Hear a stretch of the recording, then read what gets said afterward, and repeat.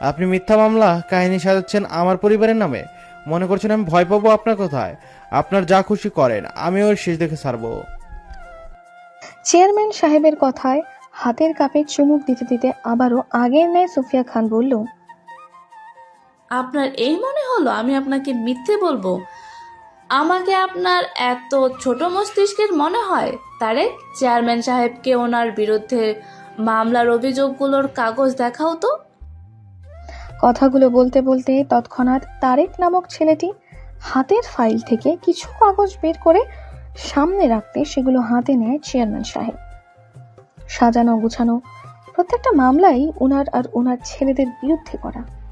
তপ করা জ্বলতে থাকা চেয়ারম্যান সাহেব হঠাৎ কেমন ভয়ে চুপ করে যায়।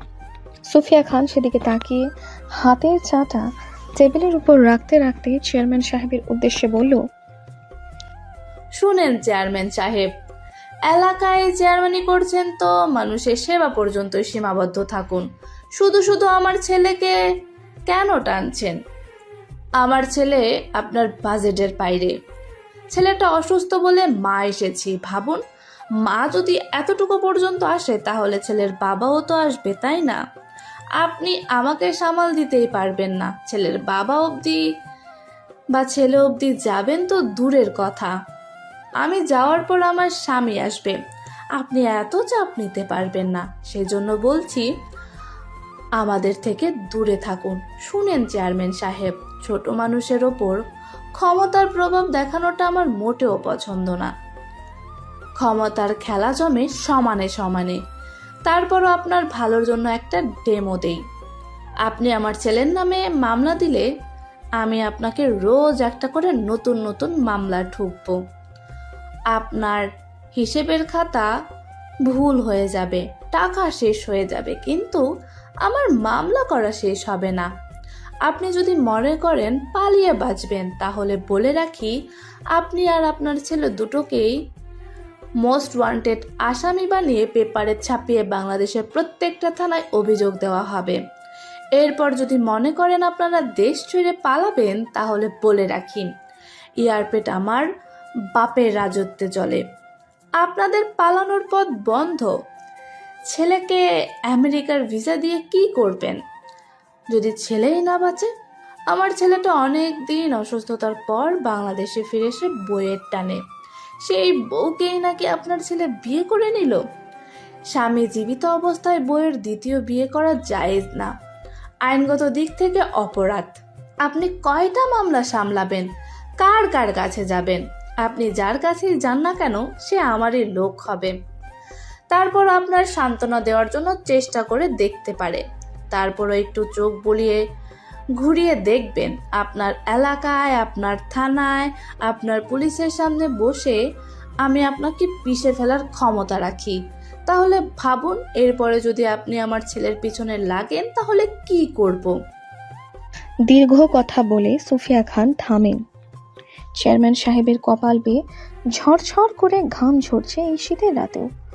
সুফিয়া খান টেবিলে থাকা পানির গ্লাসটা জামাল সাহেবের দিকে এগিয়ে দিতে দিতে শান্ত কণ্ঠে বললেন, দেখেন চেয়ারম্যান সাহেব, আমি এই পলিটিক্স খেলতে চাইনি। আমার সন্তানের জন্য নামতে হয়েছে এই মাঠে। আসলে আমার মুখ থেকে ব্রেন চলে বেশি, সেজন্য এসব নোংরামিতে হাত নষ্ট করতে চাইনি বলে অনেক বছর আগেই নিজের ব্রেন খরচ করা ছেড়ে দিয়েছিলাম। আসলে আমি বিশ্বাস করি যেখানে মন ইনভেস্ট হয় সেখানে ব্রেন ইউজ করা চলে না। সেজন্য আপনাকেও বলছি, এরপর যদি আপনার মনে হয় আপনি আমার ছেলেকে টানবেন তাহলে আমি আপনার বংশ ধরে টানবো। আর আশা করছি আপনি এবার বুঝতে পারছেন। এবার বাসায় যান, নিজের ছেলের যত্ন নেন। ভালো থাকুন, যান। কথাগুলো বলতে বলতে সুফিয়া খান উঠে দাঁড়ান। ওনার আশুগঞ্জে আরও একটা কাজ বাকি, সেটাই করতে হবে। তারপর সকাল হতে হতে আবার ছেলের কাছে ফিরতে হবে। আবার একটু চট্টগ্রামেও যাবেন তিনি। এই মাঠ পুরাতন, কিন্তু খেলার মানুষগুলো নতুন। কেন যেন তিনি এসব মানুষের উপর ক্ষমতা দেখিয়ে মজা পাচ্ছে না, হয়তো সমানে সমান কাউকে পাচ্ছেন না বলে। মধ্যরাতের প্রহর, রাত 3:13 ঘরে। অন্ধকার রাতে পরপর দুটো গাড়ি থামলো মায়াদের গেটের সামনে। মায়াদের বাড়ির গেট তখনও খোলাই ছিল, হয়তো বাড়ির মানুষই জাগ্রত বলে তাই। পরপর দুটো গাড়ির, একটা পুলিশের জিপ হলেও অন্যটি সুফিয়া খানের কার। মধ্যরাতের পুলিশের ওসি মায়াদের বাড়ির গেট টেনে ভেতরে প্রবেশ করতেই গাড়ি থেকে নামলো সুফিয়া খান। সূক্ষ্ম নজরে আশপাশটায় এক পলক দৃষ্টি বুলালো। গাড়ির অপর পাশ হতে তারেক নামক ছেলেটি নামতেই সেও সুফিয়া খানের দৃষ্টি অনুসরণ করলো। অন্ধকার রাস্তায় ল্যাম্পপোস্টের আলো ছাড়া ওই 2-4টে কুকুর দেখা যাচ্ছে দূরে। রাস্তায় বুক ঠেকিয়ে ঘুমিয়ে দুই একটা আবার তাদের গাড়ি দেখে দূর থেকে ঘেউ ঘেউ করছে। এর মাঝেই একজন পুলিশ এগিয়ে গেল মায়াদের বাড়ির গেটে। লোহার দরজাটি টেনে খুলে ধরল সুফিয়া খানকে ভেতরে ঢোকার জায়গা করে দিয়ে। সুফিয়া খান আশপাশটা পরখ করেই হাতের ফোনটা তারেক নামক ছেলেটির হাতে দিয়ে সামনে হাঁটল। পেছনে থাকা তারেক নামক ছেলেটি সুফিয়া খানকে অনুসরণ করেই দৌড়ালো তৎক্ষণাৎ। একজন ভদ্র মহিলার কতটা ক্ষমতা আর দাপট থাকলে রাতের আধারে তাকে পাহারা দিতে চলে আসে আর্মি মেজর থেকে শুরু করে থানার পুলিশ ফোর্স। ভাবা যায় সকলেই ভদ্র মহিলার পিছনে। আর্মির মেজর উনার পাশাপাশি হাতছে পা মিলিয়ে। উঁচু জুতোয় সুফিয়া খান হাইটে আর্মি মেজরকেও টক্কর দেবে যেন। মায়াদের বিল্ডিংয়ের নিচে দাঁড়িয়ে মেজর সাহেব কলিং বেল বাজাতেই অল্প কিছুক্ষণের মধ্যে দরজা খুলে গেল। দাঁড়ালো মায়ার ফুপি জাহানারা বেগম। উনার বিস্ময়কর চোখমুখ দেখেই বোঝা যাচ্ছে বাড়ির বাকি সদস্যরাও হয়তো এখনো জাগ্রত। জাহানারা বেগম দরজা ধরে মুহূর্তে থমথমে মুখে দাঁড়িয়ে পড়ল যখন দেখল একজন ভদ্র মহিলা পুলিশ নিয়ে দাঁড়িয়ে। মধ্যরাতে পুলিশের আগমনে তিনি ভয় পান। হতভম্ব হয়ে বাড়ির ভিতরে দৌড়ে যেতে যেতে আহাজারি করে চিৎকার করলো দুই ভাইদের উদ্দেশ্যে। শফিক, সাজিদ, দেখ বাড়িতে পুলিশ আইছে, চেয়ারম্যান মামলা করছে আমাদের নামে। আয় হায় রে, সর্বনাশ হইছে। জাহানারা বেগম মনে করলেন চেয়ারম্যান পরিবার থেকে পুলিশ এসেছে ওনাদের জন্য।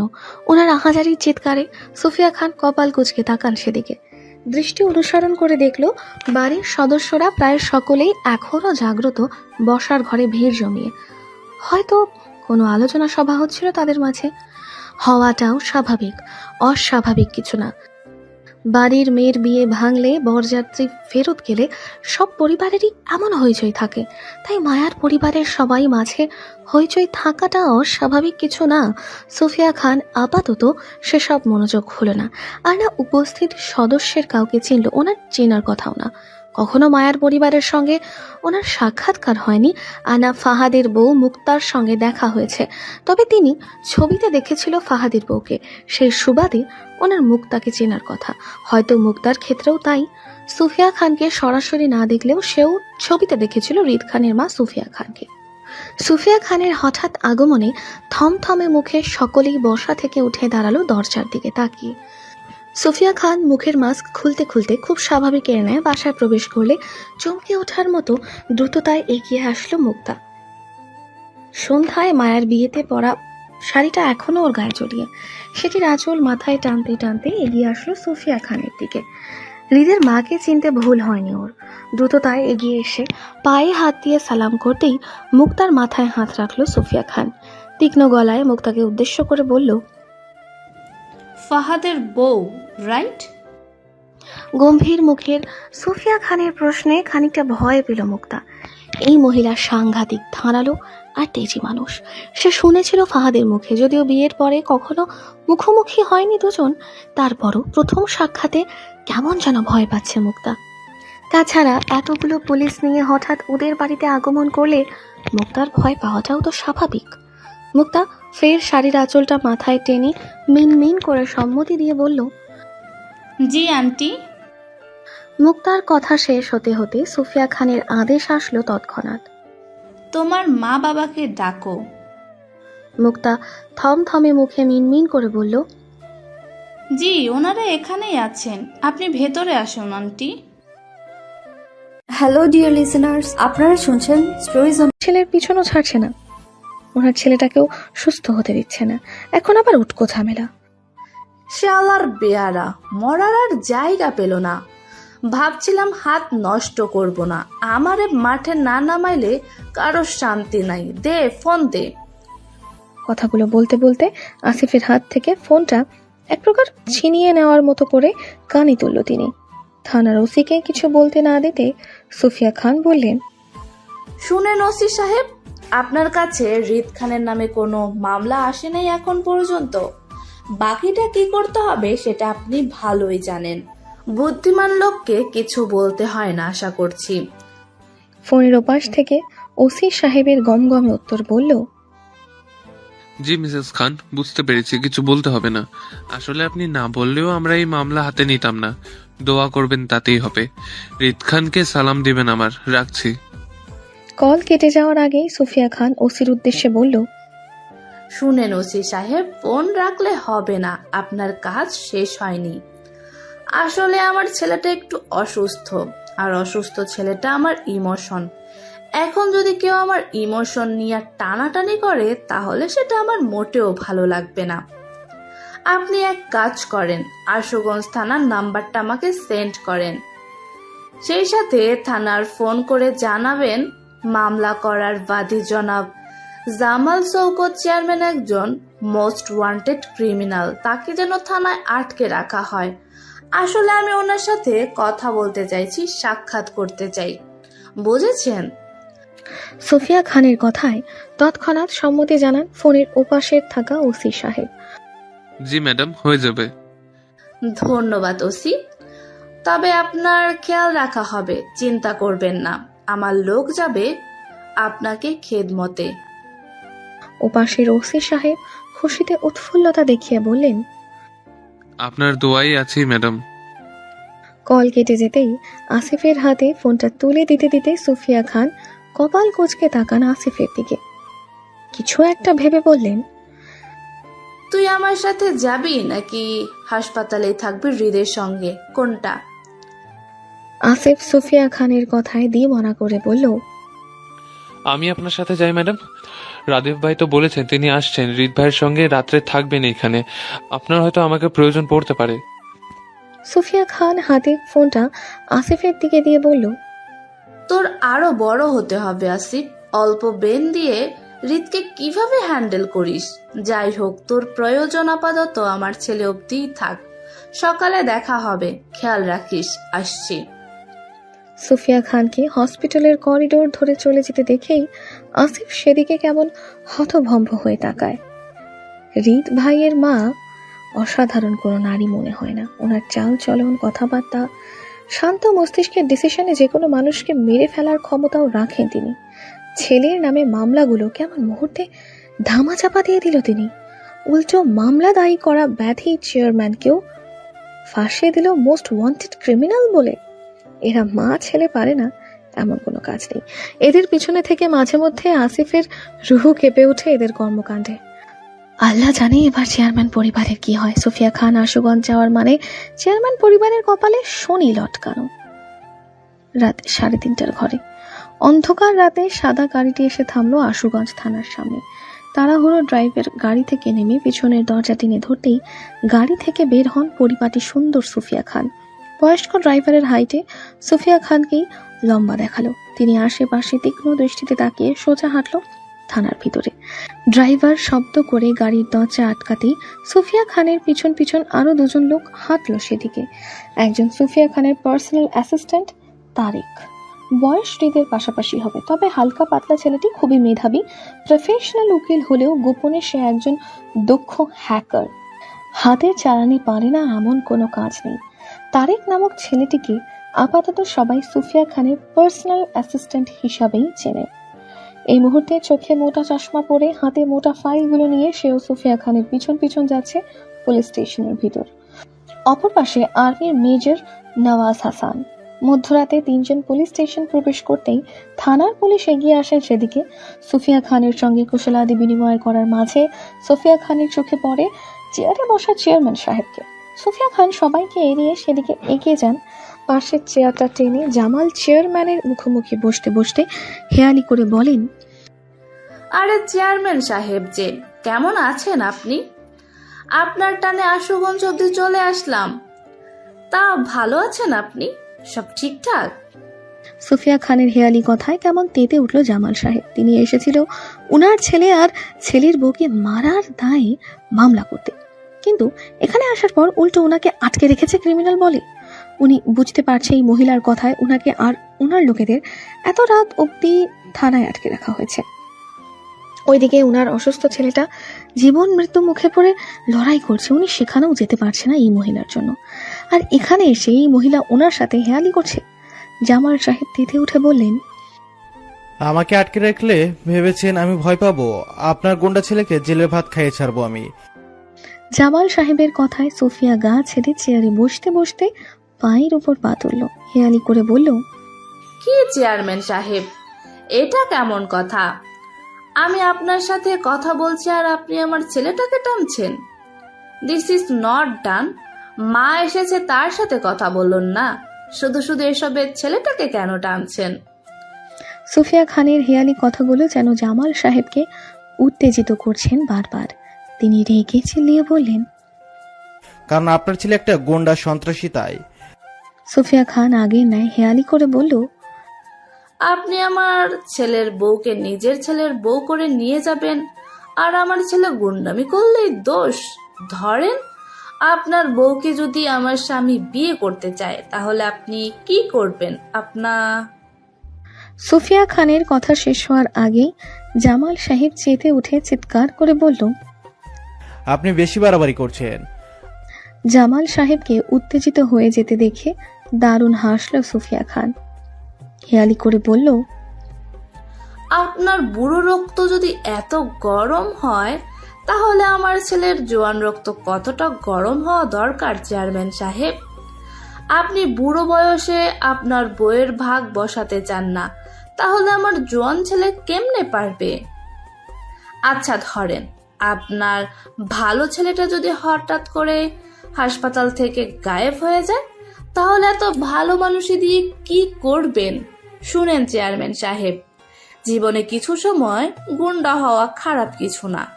আপনাকে একটা কথা বলি, মনোযোগ দিয়ে শুনবেন, বারবার রিপিট করব না, কিন্তু একবারেই মনোযোগ দিবেন, কেমন? সুফিয়া খানকে শেষ করতে না দিয়ে থানার মধ্যে চিল্লাচিল্লি শুরু করলো জামাল চেয়ারম্যান। তিনি টাকার দাপট দেখাতে লাগলো সুফিয়া খানের সামনে। তীক্ষ্ণ দৃষ্টিতেই চেয়ারম্যান সাহেবের দিকে তাকিয়ে শান্ত থাকলেন সুফিয়া খান। চেয়ারম্যান সাহেব বলতে লাগলেন, আপনাদের মতন মানুষের আমার চেনা আছে, 12 বছর ধরে চেয়ারম্যানই করছি আমি। আপনাদের মতো 2-4টে টাকাওয়ালা মানুষকে উড়াই দেবার মতন ক্ষমতা আমিও রাখি। মেয়ে মানুষের মতন থাকেন, অযথা একটা পুরুষের সাথে কোলাতে পারবেন না। আপনাকে ছেলেকে তো আমি ছেলের ভাত খাইয়ে ছাড়বো। চেয়ারম্যান সাহেবের কথায় তিনি কেমন সুন্দর হাসলেন, যেন মজার কিছু শুনতে পেয়েছেন তিনি। পা নামিয়ে তিনি কনস্টেবল এগিয়ে দেওয়া চা কাপটি হাতে তুলতে তুলতে বলল, আপনি আমার ছেলেকে জেলের ভাত খাওয়াবেন, ভালো কথা, কিন্তু তার জন্য তো আপনাকে আগে একটা কেস ফাইল করতে হবে, কারণ বাংলাদেশ সংবিধান আইন অনুযায়ী আপনি কোনো কেস না করে কাউকে জেলের ভাত খাওয়াতে পারবেন না, এটা আইনে নেই। তাছাড়া আপনাকে তো থানায় আটকে রাখা হয়েছে ড্রাগ মামলায়। আপনি নাকি নারীও পাচার করেন, দেশের নাবালক স্টুডেন্টের হাতে ড্রাগ সাপ্লাই করেন। আপনার আর আপনার ছেলের নামে নাকি 156টি অ্যাটেম্প টু মার্ডারের কেস ফাইল পাওয়া গেছে। শুনলাম আপনি নাকি এলাকায় দুর্নীতি করে চেয়ারম্যান হয়েছেন। সত্যি? আপনাকে তো ভালো মানুষ মনে করেছিলাম আমি, অথচ শেষ পর্যন্ত আপনি আর আপনার ছেলেরা সন্ত্রাসীর গডফাদার বের হয়েছেন। এই করে বেড়ান বুঝি এলাকায়? ছোট বড় 156টি মামলা ফাইল খুঁজে পাওয়া গেছে আপনাদের নামে, সব ফ্লেভারের মামলায় আছে দেখি। ছি ছি, এসব করে বেড়ান আপনারা। সুফিয়া খানের কথায় কেমন হতভম্ব আর হতবাক হয়ে যান জামাল সাহেব। ওনার জীবনে কোনো মামলা নেই, ওনার পরিবারের যথেষ্ট ভালো আর রক্ষণশীল পরিবার, সেখানে এতগুলো মামলা আসবে কোথায় থেকে? জামাল সাহেবের বুঝতে দেরি নেই এই যে এইসব সুফিয়া খানের কারসাজি। তিনি রেগে মেগে চেয়ারে বসা অবস্থায় টেবিলে থাপ্পড় দিয়ে চেতে উঠে বলল, হ্যালো ডিয়ার লিসেনার্স। আপনি মিথ্যা মামলা কাহিনী সাজাচ্ছেন আমার পরিবারের নামে। মনে করছেন আমি ভয় পাবো আপনার কথায়? আপনার যা খুশি করেন, আমি ওর শেষ দেখে ছাড়বো। চেয়ারম্যান সাহেবের কথায় হাতের কাপে চুমুক দিতে দিতে আবারও আগের ন্যায় সুফিয়া খান বলল, আপনার এই মনে হলো আমি আপনাকে মিথ্যে বলবো? আমাকে আপনার এত ছোট মস্তিষ্কের মনে হয়? তারেক, চেয়ারম্যান সাহেবকে ওনার বিরুদ্ধে মামলার অভিযোগগুলোর কাগজ দেখাও তো। কথাগুলো বলতে বলতে তৎক্ষণাৎ তারেক নামক ছেলেটি হাতের ফাইল থেকে কিছু কাগজ বের করে সামনে রাখতে সেগুলো হাতে নেয় চেয়ারম্যান সাহেব। সাজানো গুছানো প্রত্যেকটা মামলাই ওনার আর ওনার ছেলেদের বিরুদ্ধে করা। তপ করা জ্বলতে থাকা চেয়ারম্যান সাহেব হঠাৎ কেমন ভয়ে চুপ করে যায়। সুফিয়া খান সেদিকে তাকিয়ে হাতের চাটা টেবিলের উপর রাখতে রাখতে চেয়ারম্যান সাহেবের উদ্দেশ্যে বলল, শুনেন চেয়ারম্যান সাহেব, এলাকায় চেয়ারম্যানি করছেন তো মানুষের সেবা পর্যন্তই সীমাবদ্ধ থাকুন। শুধু শুধু আমার ছেলেকে কেন টানছেন? আমার ছেলে আপনার বাজেটের বাইরে। ছেলেটা অসুস্থ বলে মা এসেছি। ভাবুন, মা যদি এতটুকু পর্যন্ত আসে তাহলে ছেলের বাবাও তো আসবে, তাই না? আপনি আমাকে সামাল দিতেই পারবেন না, ছেলের বাবা অবধি বা ছেলে অবধি যাবেন তো দূরের কথা, আমি যাওয়ার পর আমার স্বামী আসবে। আপনি এত চাপ নিতে পারবেন না, সেজন্য বলছি আমাদের থেকে দূরে থাকুন। শুনেন চেয়ারম্যান সাহেব, ছোট মানুষের ওপর ক্ষমতার প্রভাব দেখানোটা আমার মোটেও পছন্দ না। ক্ষমতার খেলা জমে সমানে সমানে। তারপরও আপনার ভালোর জন্য একটা ডেমো দেই। আপনি আমার ছেলের নামে মামলা দিলে আমি আপনাকে রোজ একটা করে নতুন নতুন মামলা ঠুকবো।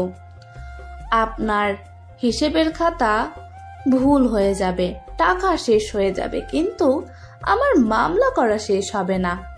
আপনি যদি মনে করেন পালিয়ে বাঁচবেন, তাহলে বলে রাখি আপনি আর আপনার ছেলে দুটোকেই মোস্ট ওয়ান্টেড আসামি বানিয়ে পেপারে ছাপিয়ে বাংলাদেশের প্রত্যেকটা থানায় অভিযোগ দেওয়া হবে। এরপর যদি মনে করেন আপনারা দেশ ছেড়ে পালাবেন, তাহলে বলে রাখি এয়ারপোর্ট আমার বাপের রাজত্বে চলে। আপনাদের পালানোর পথ বন্ধ। ছেলেকে আমেরিকার ভিসা দিয়ে কি করবেন যদি ছেলেই না বাঁচে? আমার ছেলেটা অনেক দিন অসুস্থতার পর বাংলাদেশে ফিরে এসে বইয়ের টানে সেই বউকেই নাকি আপনার ছেলে বিয়ে করে নিল। স্বামী জীবিত অবস্থায় বইয়ের দ্বিতীয় বিয়ে করা জায়েজ না, আইনগত দিক থেকে অপরাধ। আপনি কয়টা মামলা সামলাবেন? কার কার কাছে যাবেন? আপনি যার কাছেই যান না কেন সে আমারই লোক হবে। তারপর আপনার সান্ত্বনা দেওয়ার জন্য চেষ্টা করে দেখতে পারে। তারপরও একটু চোখ বুলিয়ে ঘুরিয়ে দেখবেন আপনার এলাকায়, আপনার থানায়, আপনার পুলিশের সামনে বসে আমি আপনাকে পিষে ফেলার ক্ষমতা রাখি। তাহলে ভাবুন, এরপরে যদি আপনি আমার ছেলের পিছনে লাগেন তাহলে কি করব? দীর্ঘ কথা বলে সুফিয়া খান থামেন। চেয়ারম্যান সাহেবের কপাল বেয়ে ঝরঝর করে ঘাম ঝরছে এই শীতের রাতেও। সুফিয়া খান টেবিলে থাকা পানির গ্লাসটা জামাল সাহেবের দিকে এগিয়ে দিতে দিতে শান্ত কণ্ঠে বললেন, দেখেন চেয়ারম্যান সাহেব, আমি এই পলিটিক্স খেলতে চাইনি। আমার সন্তানের জন্য নামতে হয়েছে এই মাঠে। আসলে আমার মুখ থেকে ব্রেন চলে বেশি, সেজন্য এসব নোংরামিতে হাত নষ্ট করতে চাইনি বলে অনেক বছর আগেই নিজের ব্রেন খরচ করা ছেড়ে দিয়েছিলাম। আসলে আমি বিশ্বাস করি যেখানে মন ইনভেস্ট হয় সেখানে ব্রেন ইউজ করা চলে না। সেজন্য আপনাকেও বলছি, এরপর যদি আপনার মনে হয় আপনি আমার ছেলেকে টানবেন তাহলে আমি আপনার বংশ ধরে টানবো। আর আশা করছি আপনি এবার বুঝতে পারছেন। এবার বাসায় যান, নিজের ছেলের যত্ন নেন, ভালো থাকুন, যান। কথাগুলো বলতে বলতে সুফিয়া খান উঠে দাঁড়ান। উনার আশুগঞ্জে আরো একটা কাজ বাকি, সেটাই করতে হবে। তারপর সকাল হতে হতে আবার ছেলের কাছে ফিরতে হবে। আবার একটু চট্টগ্রামেও যাবেন তিনি। এই মাঠ পুরাতন, কিন্তু খেলার মানুষগুলো নতুন। কেন যেন তিনি এসব মানুষের উপর ক্ষমতা দেখিয়ে মজা পাচ্ছে না, হয়তো সমানে সমান কাউকে পাচ্ছেন না বলে। মধ্যরাতের প্রহর, রাত 3:13 ঘরে। অন্ধকার রাতে পরপর দুটো গাড়ি থামলো মায়াদের গেটের সামনে। মায়াদের বাড়ির গেট তখনও খোলাই ছিল, হয়তো বাড়ির মানুষই জাগ্রত বলে তাই। পরপর দুটো গাড়ির, একটা পুলিশের জিপ হলেও অন্যটি সুফিয়া খানের কার। মধ্যরাতের পুলিশের ওসি মায়াদের বাড়ির গেট টেনে ভেতরে প্রবেশ করতেই গাড়ি থেকে নামলো সুফিয়া খান। সূক্ষ্ম নজরে আশপাশটায় এক পলক দৃষ্টি বুলালো। গাড়ির অপর পাশ হতে তারেক নামক ছেলেটি নামতেই সেও সুফিয়া খানের দৃষ্টি অনুসরণ করলো। অন্ধকার রাস্তায় ল্যাম্পপোস্টের আলো ছাড়া ওই 2-4টে কুকুর দেখা যাচ্ছে দূরে। রাস্তায় বুক ঠেকিয়ে ঘুমিয়ে দুই একটা আবার তাদের গাড়ি দেখে দূর থেকে ঘেউ ঘেউ করছে। এর মাঝেই একজন পুলিশ এগিয়ে গেল মায়াদের বাড়ির গেটে। লোহার দরজাটি টেনে খুলে ধরল সুফিয়া খানকে ভেতরে ঢোকার জায়গা করে দিয়ে। সুফিয়া খান আশপাশটা পরখ করেই হাতের ফোনটা তারেক নামক ছেলেটির হাতে দিয়ে সামনে হাঁটল। পেছনে থাকা তারেক নামক ছেলেটি সুফিয়া খানকে অনুসরণ করে দৌড়ালো তৎক্ষণাৎ। একজন ভদ্র মহিলার কতটা ক্ষমতা আর দাপট থাকলে রাতের আধারে তাকে পাহারা দিতে চলে আসে আর্মি মেজর থেকে শুরু করে থানার পুলিশ ফোর্স। ভাবা যায় সকলেই ভদ্র মহিলার পিছনে। আর্মির মেজর উনার পাশাপাশি হাতছে পা মিলিয়ে। উঁচু জুতোয় সুফিয়া খান হাইটে আর্মি মেজরকেও টক্কর দেবে যেন। মায়াদের বিল্ডিং এর নিচে দাঁড়িয়ে মেজর সাহেব কলিং বেল বাজাতেই অল্প কিছুক্ষণের মধ্যে দরজা খুলে গেল। দাঁড়ালো মায়ার ফুপি জাহানারা বেগম। উনার বিস্ময়কর চোখ মুখ দেখেই বোঝা যাচ্ছে বাড়ির বাকি সদস্যরাও হয়তো এখনো জাগ্রত। জাহানারা বেগম দরজা ধরে মুহূর্তে থমথমে মুখে দাঁড়িয়ে পড়ল যখন দেখলো একজন ভদ্র মহিলা পুলিশ নিয়ে দাঁড়িয়ে। মধ্যরাতে পুলিশের আগমনে তিনি ভয় পান। হতভম্ব হয়ে বাড়ির ভিতরে দৌড়ে যেতে যেতে আহাজারি করে চিৎকার করলো দুই ভাইদের উদ্দেশ্যে। শফিক, সাজিদ, দেখ বাড়িতে পুলিশ আইছে, চেয়ারম্যান মামলা করছে আমাদের নামে। আয় হায় রে, সর্বনাশ হইছে। জাহানারা বেগম মনে করলেন চেয়ারম্যান পরিবার থেকে পুলিশ এসেছে ওনাদের জন্য। ওনার আহাজারির চিৎকারে সুফিয়া খান কপাল কুঁচকে তাকান সেদিকে। দৃষ্টি অনুসরণ করে দেখলো বাড়ির সদস্যরা প্রায় সকলেই এখনো জাগ্রত, বসার ঘরে ভিড় জমিয়ে। হয়তো কোনো আলোচনা সভা হচ্ছিল তাদের মাঝে। হওয়াটাও স্বাভাবিক, অস্বাভাবিক কিছু না। বাড়ির মেয়ের বিয়ে ভাঙলে, বরযাত্রী ফেরত গেলে সব পরিবারেরই এমন হইচই থাকে। তাই মায়ার পরিবারের সবাই মাঝে হইচই থাকাটা অস্বাভাবিক কিছু না। সুফিয়া খান আপাতত সেসব মনোযোগ হলো না, আর না উপস্থিত সদস্যের কাউকে চিনল। ওনার চেনার কথাও না। কখনো মায়ার পরিবারের সঙ্গে ওনার সাক্ষাৎকার হয়নি, আর না ফাহাদের বউ মুক্তার সঙ্গে দেখা হয়েছে। তবে তিনি ছবিতে দেখেছিল ফাহাদের বউকে, সেই সুবাদে ওনার মুক্তাকে চেনার কথা। হয়তো মুক্তার ক্ষেত্রেও তাই। সুফিয়া খানকে সরাসরি না দেখলেও সেও ছবিতে দেখেছিল রিদ খানের মা সুফিয়া খানকে। সুফিয়া খানের হঠাৎ আগমনে থমথমে মুখে সকলেই বসা থেকে উঠে দাঁড়ালো দরজার দিকে তাকিয়ে। সুফিয়া খান মুখের মাস্ক খুলতে খুলতে খুব স্বাভাবিকের ন্যায় বাসায় প্রবেশ করলে চমকে ওঠার মতো দ্রুততায় এগিয়ে আসলো মুক্তা। সন্ধ্যায় মায়ের বিয়েতে পরা শাড়িটা এখনো ওর গায়ে জড়িয়ে, সেটির আঁচল মাথায় টানতে টানতে এগিয়ে আসলো সুফিয়া খানের দিকে। হৃদের মাকে চিনতে ভুল হয়নি ওর। দ্রুততায় এগিয়ে এসে পায়ে হাত দিয়ে সালাম করতেই মুক্তার মাথায় হাত রাখলো সুফিয়া খান। তীক্ষ্ণ গলায় মুক্তাকে উদ্দেশ্য করে বলল, ফাহাদের বউ, রাইট? গম্ভীর মুখের সুফিয়া খানের প্রশ্নে খানিকটা ভয় পেল মুক্তা। এই মহিলা সাংঘাতিক ধারালো আর তেজি মানুষ। সে শুনেছিল ফাহাদের মুখে, যদিও বিয়ের পরে কখনো মুখোমুখি হয়নি দুজন, তারপরও প্রথম সাক্ষাতে কেমন যেন ভয় পাচ্ছে মুক্তা। তাছাড়া এতগুলো পুলিশ নিয়ে হঠাৎ ওদের বাড়িতে আগমন করলে মুক্তার ভয় পাওয়াটাও তো স্বাভাবিক। মুক্তা ফের শাড়ির আঁচলটা মাথায় টেনে মিনমিন করে সম্মতি দিয়ে বলল, জি আন্টি। মুক্তার কথা শেষ হতে হতে সুফিয়া খানের আদেশ আসলো তৎক্ষণাৎ, তোমার মা বাবাকে ডাকো। মুক্তা থমথমে মুখে মিনমিন করে বলল, জি, ওনারা এখানেই আছেন, আপনি ভেতরে আসুন আন্টি। হ্যালো ডিয়ার লিসেনার্স, আপনারা শুনছেন স্টোরিজ অন প্রেজেন্স ধারাবাহিক পর্ব গল্প। আমাদের সামগ্রিক প্রচেষ্টাকে উৎসাহিত করতে লাইক এন্ড কমেন্ট করতে ভুলবেন না। Thank you. মুক্তার দৃষ্টি অনুসার পুনরায় পিছনে তাকালো সুফিয়া খান। দেখলো বসার ঘরের সকলেই ওনাদের দিকে তাকিয়ে। মুক্তা হাত দেখিয়ে আঙুল তাক করলো শফিকুল ইসলামের দিকে। শফিকুল ইসলাম প্রথম সোফাটায় বসেছিলেন।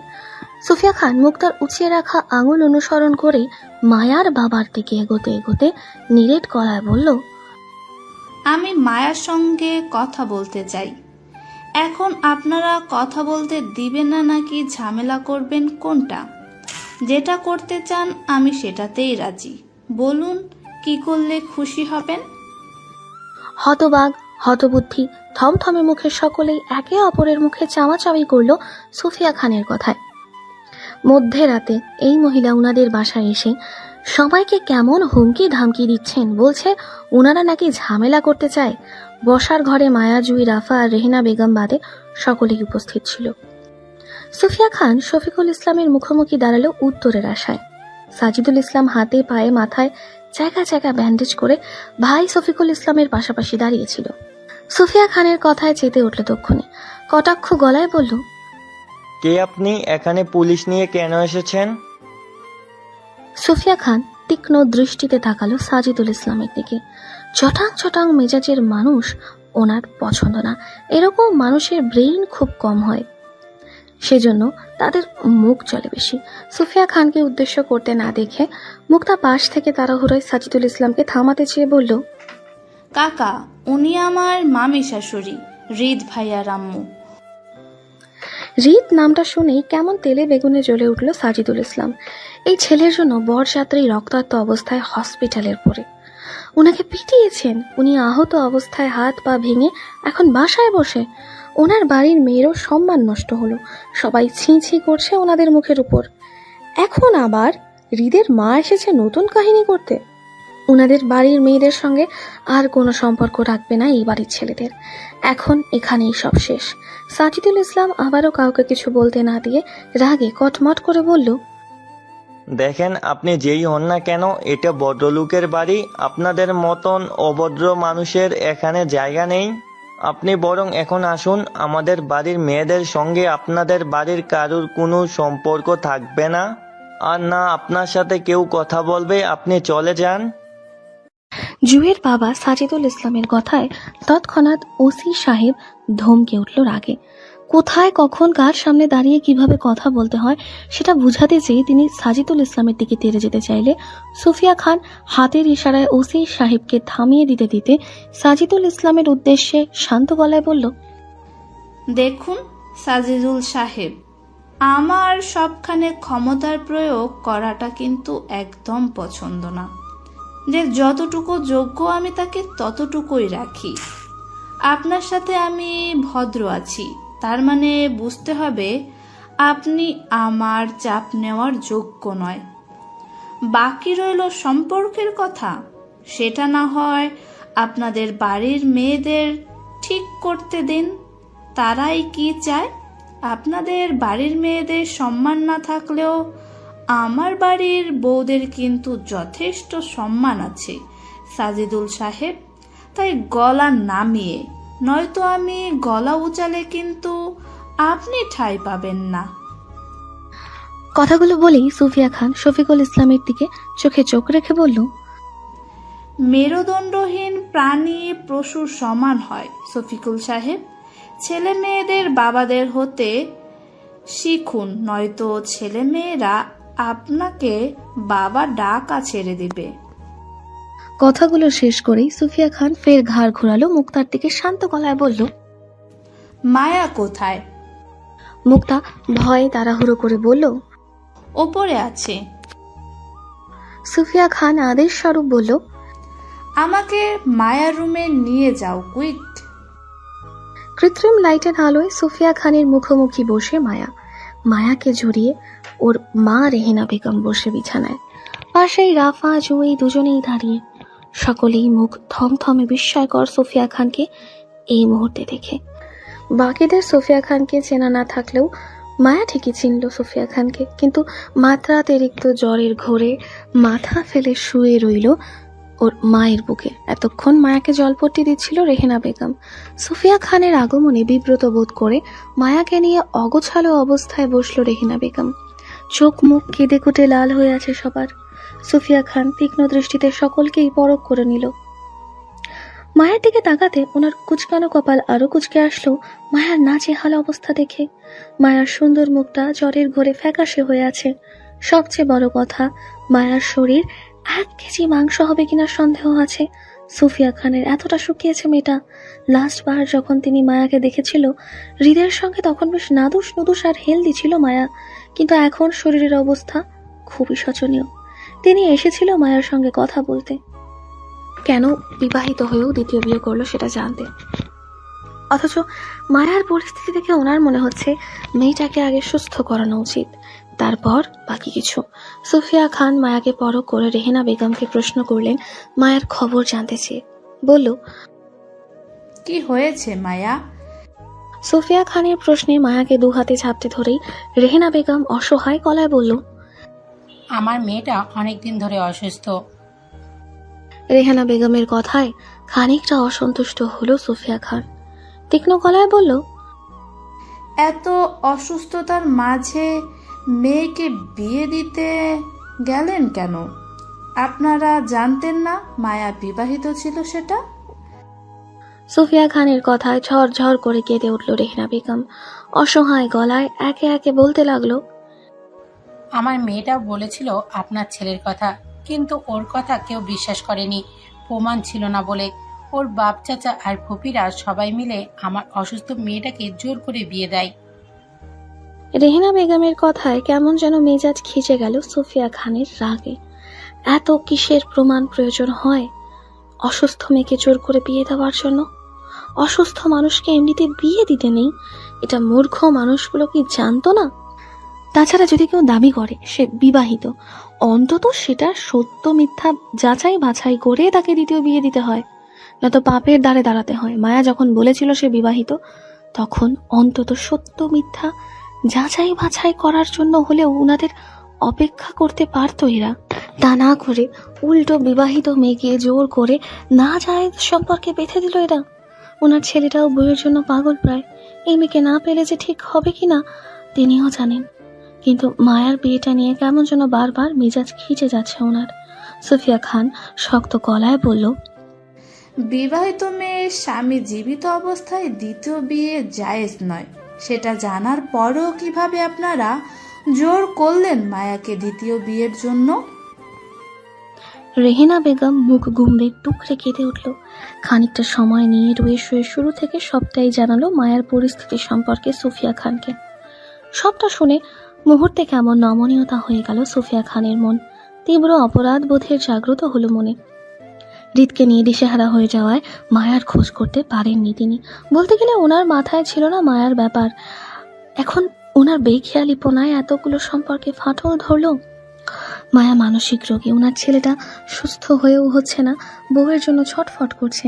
সুফিয়া খানের মনস্তাত্ত্বিক ভাবনার মাঝেই রেহেনা বেগম ফের বলতে লাগলো, আপনার ছেলের সঙ্গে বিয়ের কোনো প্রমাণ দিতে পারছি না বলেই আজ আমার মেয়েটাকে সবাই মিলে জোর করে পাপে বাঁধে দ্বিতীয় বিয়ে দেয়। আপনারা দয়া করে আমার ছোট্ট মেয়েটাকে এবার রেহাই দেন। ও আর আঘাত নেওয়ার ক্ষমতাতেই নেই। এমনই আমার মেয়েটা মরে যাচ্ছে। মা হয়ে ভিক্ষে চাইছি আপনাদের কাছে, আর মানসিক চাপে ফেলবেন না। সবাই আমার মেয়েকে পাগল বলে। আপনি আপনার ছেলেকে অন্য কোথাও বিয়ে দিয়ে দেন, আমার মেয়ে কিছু বলবে না। ও এমনিই কাউকে চিনতে পারছে না, আপনার ছেলেকেও ভুলে যাবে। আমি আমার পাগল মেয়েকে নিয়ে সারা জীবন কাটিয়ে দিতে পারবো, আমাদের কারোর দরকার নেই। তারপরও দয়া করে আমার মেয়েটাকে রেহাই দেন, দয়া করুন। একজন অসহায়ত্ব মায়ের চিৎকার যেন সুফিয়া খানের বুকে গিয়ে লাগলো। তিনিও তো একজন মা। ছেলের বিপদে ওনার দুনিয়া ঘুরে গিয়েছিল, এখন এই মুহূর্তে এখানে বসে আছে, ওনার ছেলের কথা চিন্তা করেই এসেছেন। তিনি একজন শক্ত ধাঁচের মানুষ হয়েও যদি সন্তানের জন্য এতটা দুর্বল হতে পারে, তাহলে রেহেনা বেগম মা হয়ে কতটা দুর্বল হবে? সন্তান সবার জন্যই সমান হয়। সুফিয়া খান উঠে দাঁড়াতে দাঁড়াতে রেহেনা বেগমের উদ্দেশ্যে বলল, শেষ বিশ্বাসটুকু আমাকে করতে পারেন মিসেস রেহানা? আমি কখনো বিশ্বাস ভাঙার মতো কাজ করিনি এই অবধি। হ্যালো, আজ এখানে ছেলের বিশ্বাসের জোর লাগাতে এসেছিলাম, তবে এখন আপনার বিশ্বাসের ভার কাঁধে নিয়ে যাচ্ছি। আপনার মেয়ে আমার কাছে ভালোই থাকবে, এই পরিবেশ থেকে। আমি খেয়াল রাখবো আপনার মেয়ের, আমাকে ভরসা করতে পারেন। রেহেনা বেগম মুহূর্তে কোনো কথা খুঁজে পেল না বলার জন্য, শুধু দু চোখের জল ফেলে সোফিয়া খানের দিকে তাকিয়ে রইল। মায়াদের বাড়ির বর্তমান পরিস্থিতি মায়াকে সুস্থ হতে দেবে না। চারপাশে রটে গেছে মায়ার 2 বিয়ের খবর। প্রথম স্বামী রেখে মায়া দ্বিতীয় বিয়ে করতে গিয়ে প্রথম স্বামীর হাতে মার খেয়েছে মায়া ও ওর নতুন বর। এসব মানুষের মুখে মুখে রটে গেছে। সকাল হতে হয়তো মানুষজন আসবে তাদের বাড়িতে তামাশা দেখতে। মায়ার ফুপিরাও রেগে আছেন তাদের ভাইকে রিদ খান মারায়। মায়াকে যা তা কথা শোনালো, অথচ রাত থেকে যে মেয়েটা বেহুশ, ওকে হসপিটালে নিতে হবে সেই খবর কারণেই। ভয়ে তিনিও কাউকে কিছু বলতে পারছেন না। মেয়েটাকে ডক্টর দেখাতে চেয়ে অসহায় অবস্থায় সেই থেকে মাথায় জলপট্টি দিয়ে যাচ্ছে মায়ার। এর মাঝে যতবার মায়ার হুঁশ ফিরেছে ততবারই রেহেনা বেগমকে চিনতে অস্বীকার করেছে মায়া। উনি প্রচণ্ড ভয়ে আছেন মায়ার মানসিক চাপ নিয়ে। ওনার ভয় ওনার মেয়েটা পুরোপুরি পাগল না হয়ে যায় এত সব সইতে না পেরে। রেহেনা বেগম সুফিয়া খানের চোখের দিকে তাকিয়ে নীরবে কাঁদল। হয়তো এই বাড়ির পরিবেশ থেকে মায়া ওই বাড়িতে ভালো থাকবে। অন্তত মায়াকে ওনারা ডক্টর দেখাবে অবহেলা না করে এতটুকুতেই তিনি সন্তুষ্ট। ওনার ছেলে আরিফ ইন্ডিয়া থেকে ফিরে আসলেই না হয় মায়াকে নিজের কাছে নিয়ে আসবেন রেহেনা বেগম। ওনার মন কেমন কেমন করে যেন সুফিয়া খানের কথায় সম্মতি জানালো। 2 হাতে জাপটে ধরা মায়াকে সুফিয়া খানের দিকে বাড়িয়ে দিতে দিতে 2 চোখের পানি ছেড়ে বলল, আমার মেয়েটার খেয়াল রাখবেন আপা। এই মুহূর্তে একজন অসহায় মা হয়ে বলছি, এই পরিবারে থাকলে আমার মেয়েটা এমনিই মারা যাবে। ওকে অন্তত একটা ডাক্তার দেখাবেন। আমার ছেলেটা ইন্ডিয়া থেকে ফিরলেই না হয় আমি নিয়ে আসব। রেহেনা বেগমের বাড়িয়ে দেওয়া হাত থেকে মায়াকে নিজের বুকে জড়ালো সুফিয়া খান। মায়ার নেতিয়ে যাওয়া তপ্ত শরীরটা জড়িয়ে ধরতে ঠাহর করতে পারল সত্যিই মায়া কতটা অসুস্থ। চোখ মেলে তাকাতেও পারছে না। সুফিয়া খান মায়াকে বুকে জড়িয়ে দাঁড়াতে গেলেই অপর পার্শ্বতে দৌড়ে এসে মায়াকে আঁকড়ে ধরল রাফা। সুফিয়া খানের উদ্দেশ্যে বলল, আমিও যাব আপনাদের সাথে। সুফিয়া খান চোখ আহরিয়ে এক পলক তাকালো রাফার দিকে। যদিও মেয়েটিকে তিনি চিনেন না, তবে মায়ার সঙ্গে মেয়েটিকে নিতে ওনার কোনো অসুবিধা নেই। চোখের ইশারায় সম্মতি দিয়ে তিনি রেহেনা বেগমের উদ্দেশ্যে বলল, নিজের খেয়াল রাখবেন মিসেস রেহানা। মায়া আর রাফাকে নিয়ে বসার ঘরে সকলের সামনে দিয়েই বেরিয়ে আসলো সুফিয়া খান। সুফিয়া খানকে কিছু বলার মতন সাহস মায়ার পরিবারের কেউ দেখাতে পারল না। কথায় কথায় রেগে যাওয়া সাজিদুল ইসলামও কেমন মুখ চুপসে দাঁড়িয়ে। মায়ের ফুফিরাও তাই। মায়ার বাবার চোখে মুখে কেমন নমনীয়তা ছিল। তিনি আগ বাড়িয়ে কিছু বলতে চেয়েছিল সুফিয়া খানকে, কিন্তু কোনো অদৃশ্য বাধায় তিনি যেন চুপ করে যান। নীরব দাঁড়িয়ে দেখল মেয়ের চলে যাওয়া নিয়ে। জুইয়ের মা আর রেহিনা বেগম মায়াকে এগিয়ে দিতে অন্ধকার রাতে গেট অবধি দাঁড়িয়ে থাকেন। সুফিয়া খানের গাড়িটা অদৃশ্য না অবধি এই অদূরে রাস্তার দিকেই তাকিয়ে রইল। আল্লাহ জানে ওনার অসুস্থ মেয়েটা টানাপোড়েনের সম্পর্কগুলো কিভাবে ঠিক করবেন। আল্লাহ ওনার মেয়েটাকে সুস্থতা দান করুক, আমিন। রাতের প্রহর কাটিয়ে বহরের দিকে মায়াকে নিয়ে ঢাকায় পৌঁছায় সুফিয়া খান। অসুস্থ মায়াকে দেখে হতভম্ব রাদিফ আসিফ দুজনই। রাফা সুফিয়া খানের সঙ্গে সঙ্গেই থাকছে। মায়াকে দেওয়া হলো হৃদের কেবিনের পাশাপাশি বেডে। অসুস্থ মায়ার চিকিৎসা চলল তৎক্ষণাৎ। মায়ার বাঁ হাতে ক্যানুলা লাগানো হলো, পরপর ইঞ্জেকশন পুশ করতে। মায়ার অবস্থার শোচনীয়তা ডক্টরের চোখে মুখে দেখেই বোঝা গেল। মায়াকে চিকিৎসা দিতে সবাই ব্যস্ত হয়ে পড়ল মুহূর্তে। পেশেন্টের ব্যাপারে আমরা আপাতত কিছু বলতে পারছি না মিসেস খান, তবে পেশেন্টের অবস্থা খুবই শোচনীয়। আমরা বেশ কিছু পরীক্ষা নিরীক্ষা করে রিপোর্ট দেখে বলতে পারবো পেশেন্টের বর্তমান অবস্থা। কথাগুলো বলে ডক্টর চলে যেতেই রাদিফ উত্তেজিত গলায় নিজের মাকে প্রশ্ন করে জানতে চাইল, ভাবির কি হয়েছে আম্মু? এই অবস্থা কেন ওনার? রাদিফের কথায় সুফিয়া খানের গম্ভীর মুখটা আরো গম্ভীর হয়ে গেল। রিপোর্ট আসুক তারপর জানাবো, আপাতত বলতে পারছি না। সুফিয়া খানের কথায় চিন্তিত ভাঁজ আরো গম্ভীর হলো রাদিফের কপালে। অথচ পাশ থেকে আসিফ সেই কখন থেকে রাফার দিকে তাকিয়ে মূলত সেই রাফার সাথে কথা বলতে চাইছে। সে তো জানতোই না রাফা যে মায়ের ভাবিদের বাসায় ছিল, আর না এটা জানতো হৃদ ভাইয়ের মায়ের সঙ্গে ঢাকা চলে আসবে। মূলত আসিফ সন্ধ্যার দিকে রাফাকে মায়ের সঙ্গে দেখেছিল বরযাত্রী গাড়িতে। তখন আসিফ হৃদকে সামলাতে গিয়ে রাফার সঙ্গে কথা বলার সুযোগ পায়নি, কিন্তু এখন ওর রাফার সঙ্গে কথা বলা জরুরি মনে হলো। কেন জানি মনে হচ্ছে রাফা আসিফকে এড়িয়ে যেতেই সুফিয়া খানের সঙ্গে সঙ্গে থাকছে। আসলেই কি তাই? তাই যদি হয় তাহলে তাকে এড়িয়ে যাওয়ার বা কারণ কি রাফার? সকাল 11টার দিকে হালকা হালকা জ্ঞান ফিরল হৃদের। তীব্র মাথা ব্যথায় বিরক্তিতে বাম হাত রাখলো কপালে। অল্প মাথা নাড়িয়ে ডানে বামে মাথা ঘোরালো। চোখ মেলে পাশে তাকাতেই ঝাপসা দেখলো বেডে অচেতন অবস্থায় পড়ে থাকা মায়াকে। প্রথমে হৃদ মনে করতে পারল না কিছুই। ঝাপসা চোখে অস্পষ্ট গলায় আওড়ালো একটু করে, হৃদ। হৃদ ডান হাত বাড়িয়ে মায়াকে ছুতে চাইল, কিন্তু হাতের নলে চাপা পড়ায় নল বেরিয়ে রক্ত উঠল তৎক্ষণাৎ। সুফিয়া খান দ্রুততায় এগিয়ে এসে হৃদকে বাধা দিয়ে শান্ত করতে বলল, কি করছো হৃদ? নলে রক্ত উঠছে। সুফিয়া খানের কথায় রাদিফ এগিয়ে আসলো। সে মূলত বাহির থেকে সুফিয়া খানের জন্য কফি নিয়ে সবে কেবিনে প্রবেশ করছিল। তৎক্ষণাৎ দৌড়ে আসে এদিকটায়। হৃদ তখনও হঠাৎ করে কিছু মনে করতে পারল না। সুফিয়া খানের হাত নিজের শরীর থেকে সরিয়ে দিতে দিতে হৃদ বিরক্ত গলায় বলল, উফ, বিরক্ত করছো কেন তোমরা? সরো। হৃদকে বলে এদিকে আসতে। হৃদ, কাম হিয়ার। সুফিয়া খানের হাত সরিয়ে দিতেই হৃদ ফের বেহুশ মায়াকে ডাকলো নিজের কাছে। মায়ার নড়চড় না দেখতে পেয়ে হৃদ রেগে কিছু বলবে আগে রাদিফ তাড়াহুড়ো করে হৃদকে শান্ত করতে বলল, ভাই ভাবি তো সুস্থ, উনি হুঁশে নেই, তুমি শান্ত হও।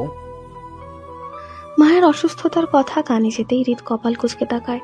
কয়েক সেকেন্ড ব্যবধানে হঠাৎ স্মৃতিচারণ হলো বিষাক্ত অতীতগুলো।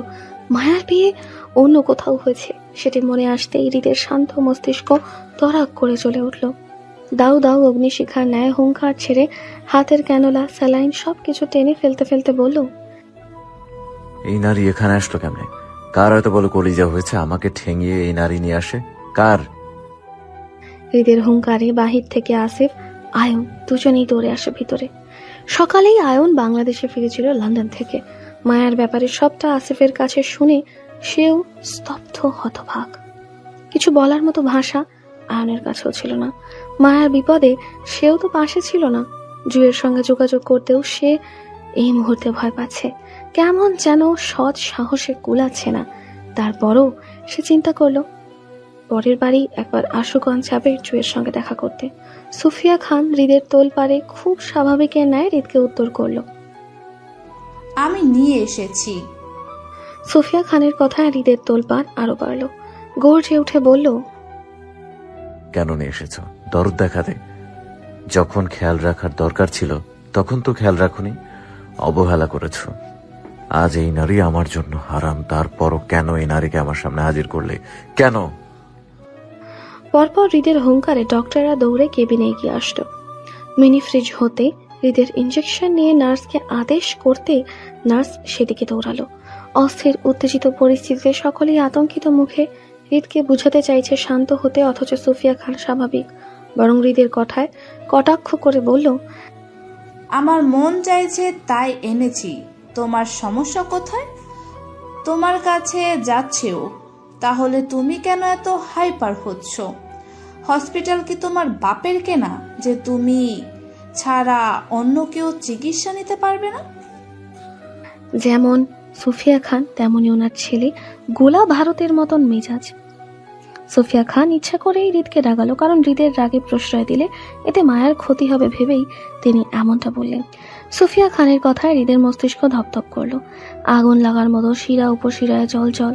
এর মাঝে আয়ন, রাদিফ, আসিফ, ডক্টর সহ সকলেই হৃদের হাতে পায়ে ঝাঁপটে ধরলো ঘুমের ইঞ্জেকশন পুশ করতে। হ্যালো ডিয়ার লিসেনার্স, আপনার ধস্তি করে সকলেই হৃদকে ঝাপটে ধরে শুয়াতে চাইছে বলে হৃদ ধস্তাধস্তি করে ডক্টরের হাতে ইঞ্জেকশন ছিনিয়ে নিয়ে মুচড়ে ফেলতে ফেলতে চিৎকার করে বলল, আমি সেই জায়গায় এক মুহূর্ত দাঁড়াবো না যেখানে এই নারী বিষাক্ত নিঃশ্বাস নিচ্ছে। আমাকে যাইতে দে তোরা, নয়তো কাউকে ছাড়বো না আঘাত করা থেকে। সুফিয়া খান ইশারায় হৃদকে ছেড়ে দিতে বললে হৃদ তৎক্ষণাৎ প্রস্থান করলো কেবিন হতে। হৃদের পিছন পিছন ছুটল আসিফ রাতিফ দুজনই। সুফিয়া খান হৃদের চলে যাওয়ার দিকে তাকিয়ে দীর্ঘশ্বাস ফেলল। তিনিও দমে যাওয়ার পাত্রী নয়, এর শেষ দেখেই ছাড়বেন তিনি। মায়াকে টানা 3 দিন হসপিটালে রাখার পর চতুর্থ দিন মায়াকে নিয়ে হৃদের বাসায় উঠল সুফিয়া খান। মায়াকে রাখলো নিজের ঘরে, যেহেতু হৃদ মায়াকে মেনে নিচ্ছে না তাই। থমকে যাওয়া ঘড়ির কাঁটার মতো যেন সকলের জীবনই থেমে আছে। ঘুরে ফিরে একই কাহিনী রিপিট হচ্ছে সবার। মানুষগুলো ভিন্ন ভিন্ন হলেও যেন সবার ব্যথা মিলে যাচ্ছে। পাওয়া না পাওয়ার গল্প থেকে বিচ্ছেদের সুর যেন বেশি। এই তো, যেমন হৃদ মায়াকে চাচ্ছে না, জুই আয়নকে চাচ্ছে না, এদিকে রাফা আসিফকে চাচ্ছে না, মুক্তা ফাহাদকে চাচ্ছে না, শশী হৃদকে পাচ্ছে না। কেমন যেন বিচ্ছেদের গন্ধ চারিদিকে ছড়িয়ে। আয়ন বিগত 2 দিন ধরেই জুইয়ের সঙ্গে যোগাযোগ করতে চাইছে। ফাহাদের সঙ্গে ওর শ্বশুর বাড়ি পর্যন্ত গিয়ে ঘুরে আসলো। না ফাহাদ মুক্তার কাছে ঠাঁই পেল, আর না আয়ন জুইয়ের সাথে কথা বলতে পারলো। ফাহাদকে মুক্তার সঙ্গে দেখা করতে মায়ার পরিবার বাধা না দিলেও মুক্তা নিজেই আত্মসম্মানের তাগিদে ফাহাদকে ফিরিয়ে দিল, ফিরবে না বলে। আয়ন বেশ কয়েকবার সুযোগও পেয়েছিল জুইয়ের সঙ্গে কথা বলার, কিন্তু জুই চোখ তুলে আয়নকে দেখলো না পর্যন্ত। দীর্ঘদিন পর দুজনের দেখা। আয়ন ভেবেছিল সে জুইয়ের কাছে ক্ষমা চাইবে, কিন্তু কিছুই হলো না। আয়ন জুইয়ের কাছে পাত্তা না পেয়ে সেও সেদিন ফাহাদের সঙ্গে ফিরে এসেছিল খালি হাতে। তারপর থেকে সে রোজ জুইকে নিয়ম করে কল দেয়, কিন্তু আফসোস রোজকার মতোই জুইয়ের নাম্বারটা এখনো অফ দেখালো। মনস্তাত্ত্বিক ভাবনায় হাতের ফোনটা পকেটে গুছিয়ে রাখতে রাখতে আয়ন হৃদের বাড়িতে প্রবেশ করলো। মেইন দরজা খোলা পেয়ে সে আশেপাশে তাকালো। রাত তখন 4:01। গায়ে ওর ফর্মাল পোশাক, ডক্টরি অ্যাপ্রনটা হাতের ভাঁজে নেওয়া। 10টা থেকে ওর নাইট ডিউটি। এই অসময়ে হৃদের বাসায় আয়নের আসার কথা না। হৃদের মা সুফিয়া খান বাসায় নেই। তিনি সকালেই চট্টগ্রামে গিয়েছেন কোনো কাজে। বলেছিল মধ্যরাতের ভিতরে ফিরে আসবেন, সেজন্য ওনার অবর্তমানে আয়নকে ফোন করে বলেছিল মায়া রেগুলার চেক আপ করে যেতে। মায়া 4 দিন ধরে হৃদের বাসায়, অথচ এই 4 দিন হৃদ 4 পলকও বাসায় ফেরেনি, আর না মায়ার খোঁজ নিয়েছে। বলতে গেলে হৃদ নিজ বাড়িতে ফিরে না মায়ার জন্য। এতদিন সুফিয়া খান মায়ার খেয়াল রাখলেও এখন হৃদের বাসায় রাফা একা মায়াকে সামলাচ্ছে বাসার সার্ভেন্টের নিয়ে। সারাদিন রাতিফ বাসায় থাকলেও দুপুর করে সেও কাজে বেরিয়েছে এমার্জেন্সি বলে। আয়ন খালি ড্রয়িং রুমে চোখ বুলিয়ে এগুলো নিচের ঘরটায়। কাজের মেয়ে রুজিকে পানি দিতে বলে সুফিয়া খানের ঘরের সামনে দাঁড়ালো সে। বন্ধ দরজায় নক করতে খানিকটা ইতস্তত বোধ করলো। খালি বাড়িতে এভাবে সে দুটো মেয়ের ঘরে একা প্রবেশ করতে খানিকটা সংকোচ বোধ করলো। যদিও সে একজন প্রফেশনাল ডক্টর, তারপরও খানিকটা ইতস্তত বোধ করে অল্প আওয়াজে দরজায় নক করতেই ঘরে ভিতরে হতে ভেসে আসলো রাফার কণ্ঠ। দরজা খোলা আছে ভাইয়া, ভিতরে আসুন। চাপিয়ে রাখা দরজাটা ঠেলে কক্ষে প্রবেশ করতে করতে দেখতে পেল অল্প আলোয় মায়াকে কোলে শুয়ে বিছানায় বসে আছে রাফা। অসুস্থ মায়া রাফার কোলে মাথা রেখে গায়ে ব্ল্যাঙ্কেট জড়িয়ে ঘুমিয়ে।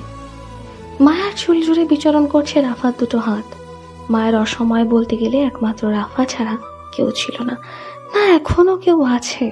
সুফিয়া খানের মতন শাশুড়ি ছিল বলে মায়া এখন স্বামীর বাড়িতে ঠাঁই পেয়েছে, নয়তো মায়ের আপন বলতে স্বামী, ওর পরিবার কেউ ছিল না।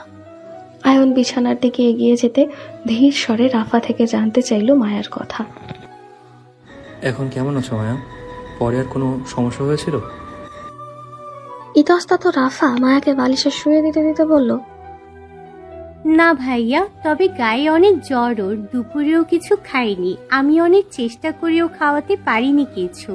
আন্টি বাসায় থাকলে ওনার ভয়ে এতদিন কিছু হলেও খেত, আমার সাথে জেদ করে খেতে চায় না। রাফার কথায় আয়ন মায়ার বরাবর দাঁড়াতে দাঁড়াতে চিন্তিত স্বরে বলল, কি বলো, ওষুধ না খেয়ে ঘুমিয়েছো? জি। আয়ন খানিকটা অধৈর্য গলার শুধালো। রাফাকে বলল, তুমি জানো না ওর ওষুধগুলো কত জরুরি? তাহলে খাওয়ালে না কেন? এই মুহূর্তে মায়ের ওষুধ মিস করা মানে ওর মস্তিষ্ক উত্তেজিত করা। আয়নের কথায় রাফা অপরাধী গলায় বলল, আমি অনেক চেষ্টা করেছি ভাইয়া, কিন্তু শেষ পর্যন্ত পেরে উঠিনি। আমি বাসার সার্ভেন্টদের নিয়ে মায়াকে জোর করে ওষুধ খাওয়াতে চেয়েছিলাম, কিন্তু মায়া ভয় পেয়ে সবার উপর এটা সেটা ছুঁড়ে মারে। রুজি খালা কপালে আঘাত পেয়েছে, আমার হাতেও কামড়ালো। মায়া নিজেকেও আঘাত করেছে অনেক। ওর হাতটা দেখুন, কালশিটে হয়ে গেছে, বারবার একই জায়গায় কামড়াতে কামড়াতে। সেই জন্য আমি ভয় পেয়ে গেছিলাম, তাই ওকে আর জোর করি নাই। মায়া বাহিরের মানুষ দেখলে ভয় পায় ভাইয়া, তৎক্ষণাৎ অ্যাটাক করে বসে।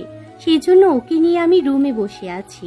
দুপুর থেকে মায়ার গায়ে জ্বরটা বাড়লে সুফিরা আন্টিকে কল করে জানাই সেটা। আন্টি আমাকে বলেছিল আপনাকে পাঠাবেন, সেই জন্য আপনার অপেক্ষা করছিলাম আমি। রাফার কথায় আয়ন শান্ত চোখে মায়ের শুকনো মুখটার দিকে তাকালো। খুব সুন্দর আদলের মায়ার মুখটা ফ্যাকাশে হয়ে আছে অসুস্থতায়। এখন মায়ার এই দুর্দশার পিছনে আয়ন নিজেও দায়ী। সবাই মিলে অসুস্থ মেয়েটাকে একটু একটু করে মানসিক অশান্তিতে পাগল বানিয়েছে। সুন্দর ফুলকে দুমড়ে মুচড়ে ভেঙে দিয়েছে। তাদের ভুলের জন্য মায়াকেই না হারিয়েছে, স্বামী, সংসার, এমনকি নিজের পরিবারকেও। সবকিছু হারিয়ে মানসিক ভারসাম্যহীন বিছানায় শুয়ে এখন মায়া মানুষ দেখলেই ভয় পায়। অথচ যে মেয়েটা সারাক্ষণ মানুষের ভিড়ে থাকতে পছন্দ করত, সে এখন একা থাকে। সারাক্ষণ কথা বলা মেয়েটা হুট করেই কেমন চুপ হয়ে গেল। মায়ের চঞ্চলতা হারিয়ে মায়াকে নিঃশূন্য করার পিছনে আয়নও একজন অপরাধী। তীব্র অপরাধ বোধে আয়নের বুকটাও কেমন চিনচিন ব্যথা করলো। খুব প্রিয় মানুষের অসহায়তা দেখে আয়নের বুকটাও কেমন হাহা করলো। আয়ন দম বন্ধকর পরিস্থিতিতে হাঁ করে নিঃশ্বাস টানতে চাইল, কিন্তু বাতাসে মিশে মায়াময় গন্ধ। আয়নের আটকে থাকা নিঃশ্বাসটা আরো আটকে গেল। কম্পিত হাতটা কোন রকম মায়ের উত্তপ্ত কপালে রাখতে সেটা তৎক্ষণাৎ সরিয়ে দিল। অস্থির উত্তেজিত গলায় বলল, মায়ের গায়ে ভীষণ জ্বর রাফা, শরীরের টেম্পারে ওর ব্রেনে চাপ পড়তে পারে, ওকে দ্রুত হসপিটালে নিতে হবে। আমি গাড়ি বের করছি, তুমি ওকে রেডি করো। কথাটা বলেই আয়ন কেমন দম বন্ধকর পরিস্থিতি থেকে বেরিয়ে আসতে চাইল। হাঁ করে নিঃশ্বাস টানতে চাইল খোলা বাতাসে।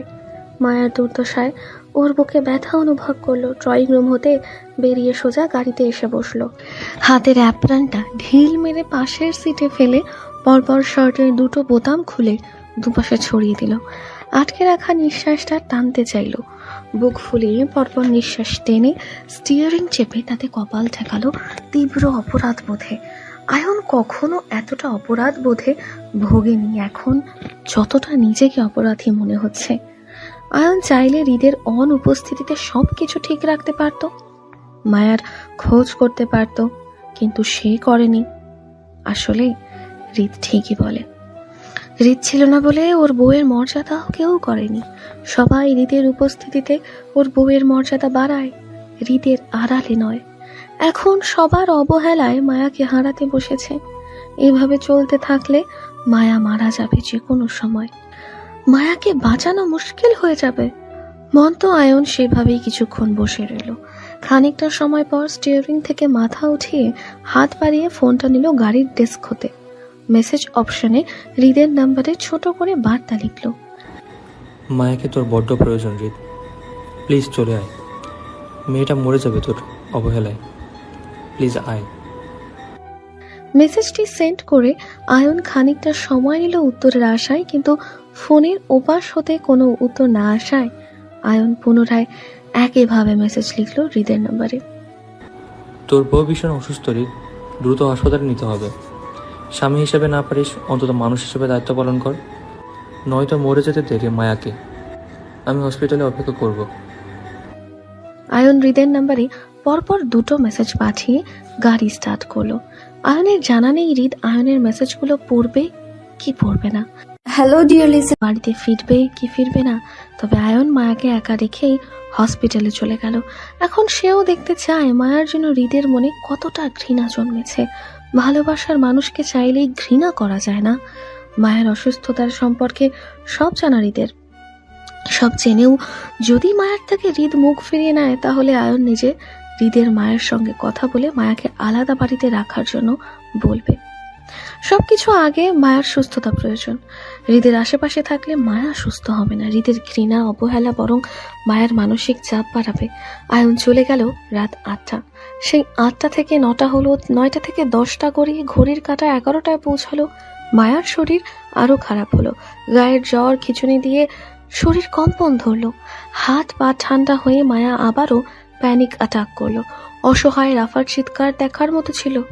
খালি বাসায় অচেনা শহরে মায়াকে নিয়ে কোথায় যাবে সেই ভয়ে চিৎকার করতে লাগলো মায়াকে জড়িয়ে।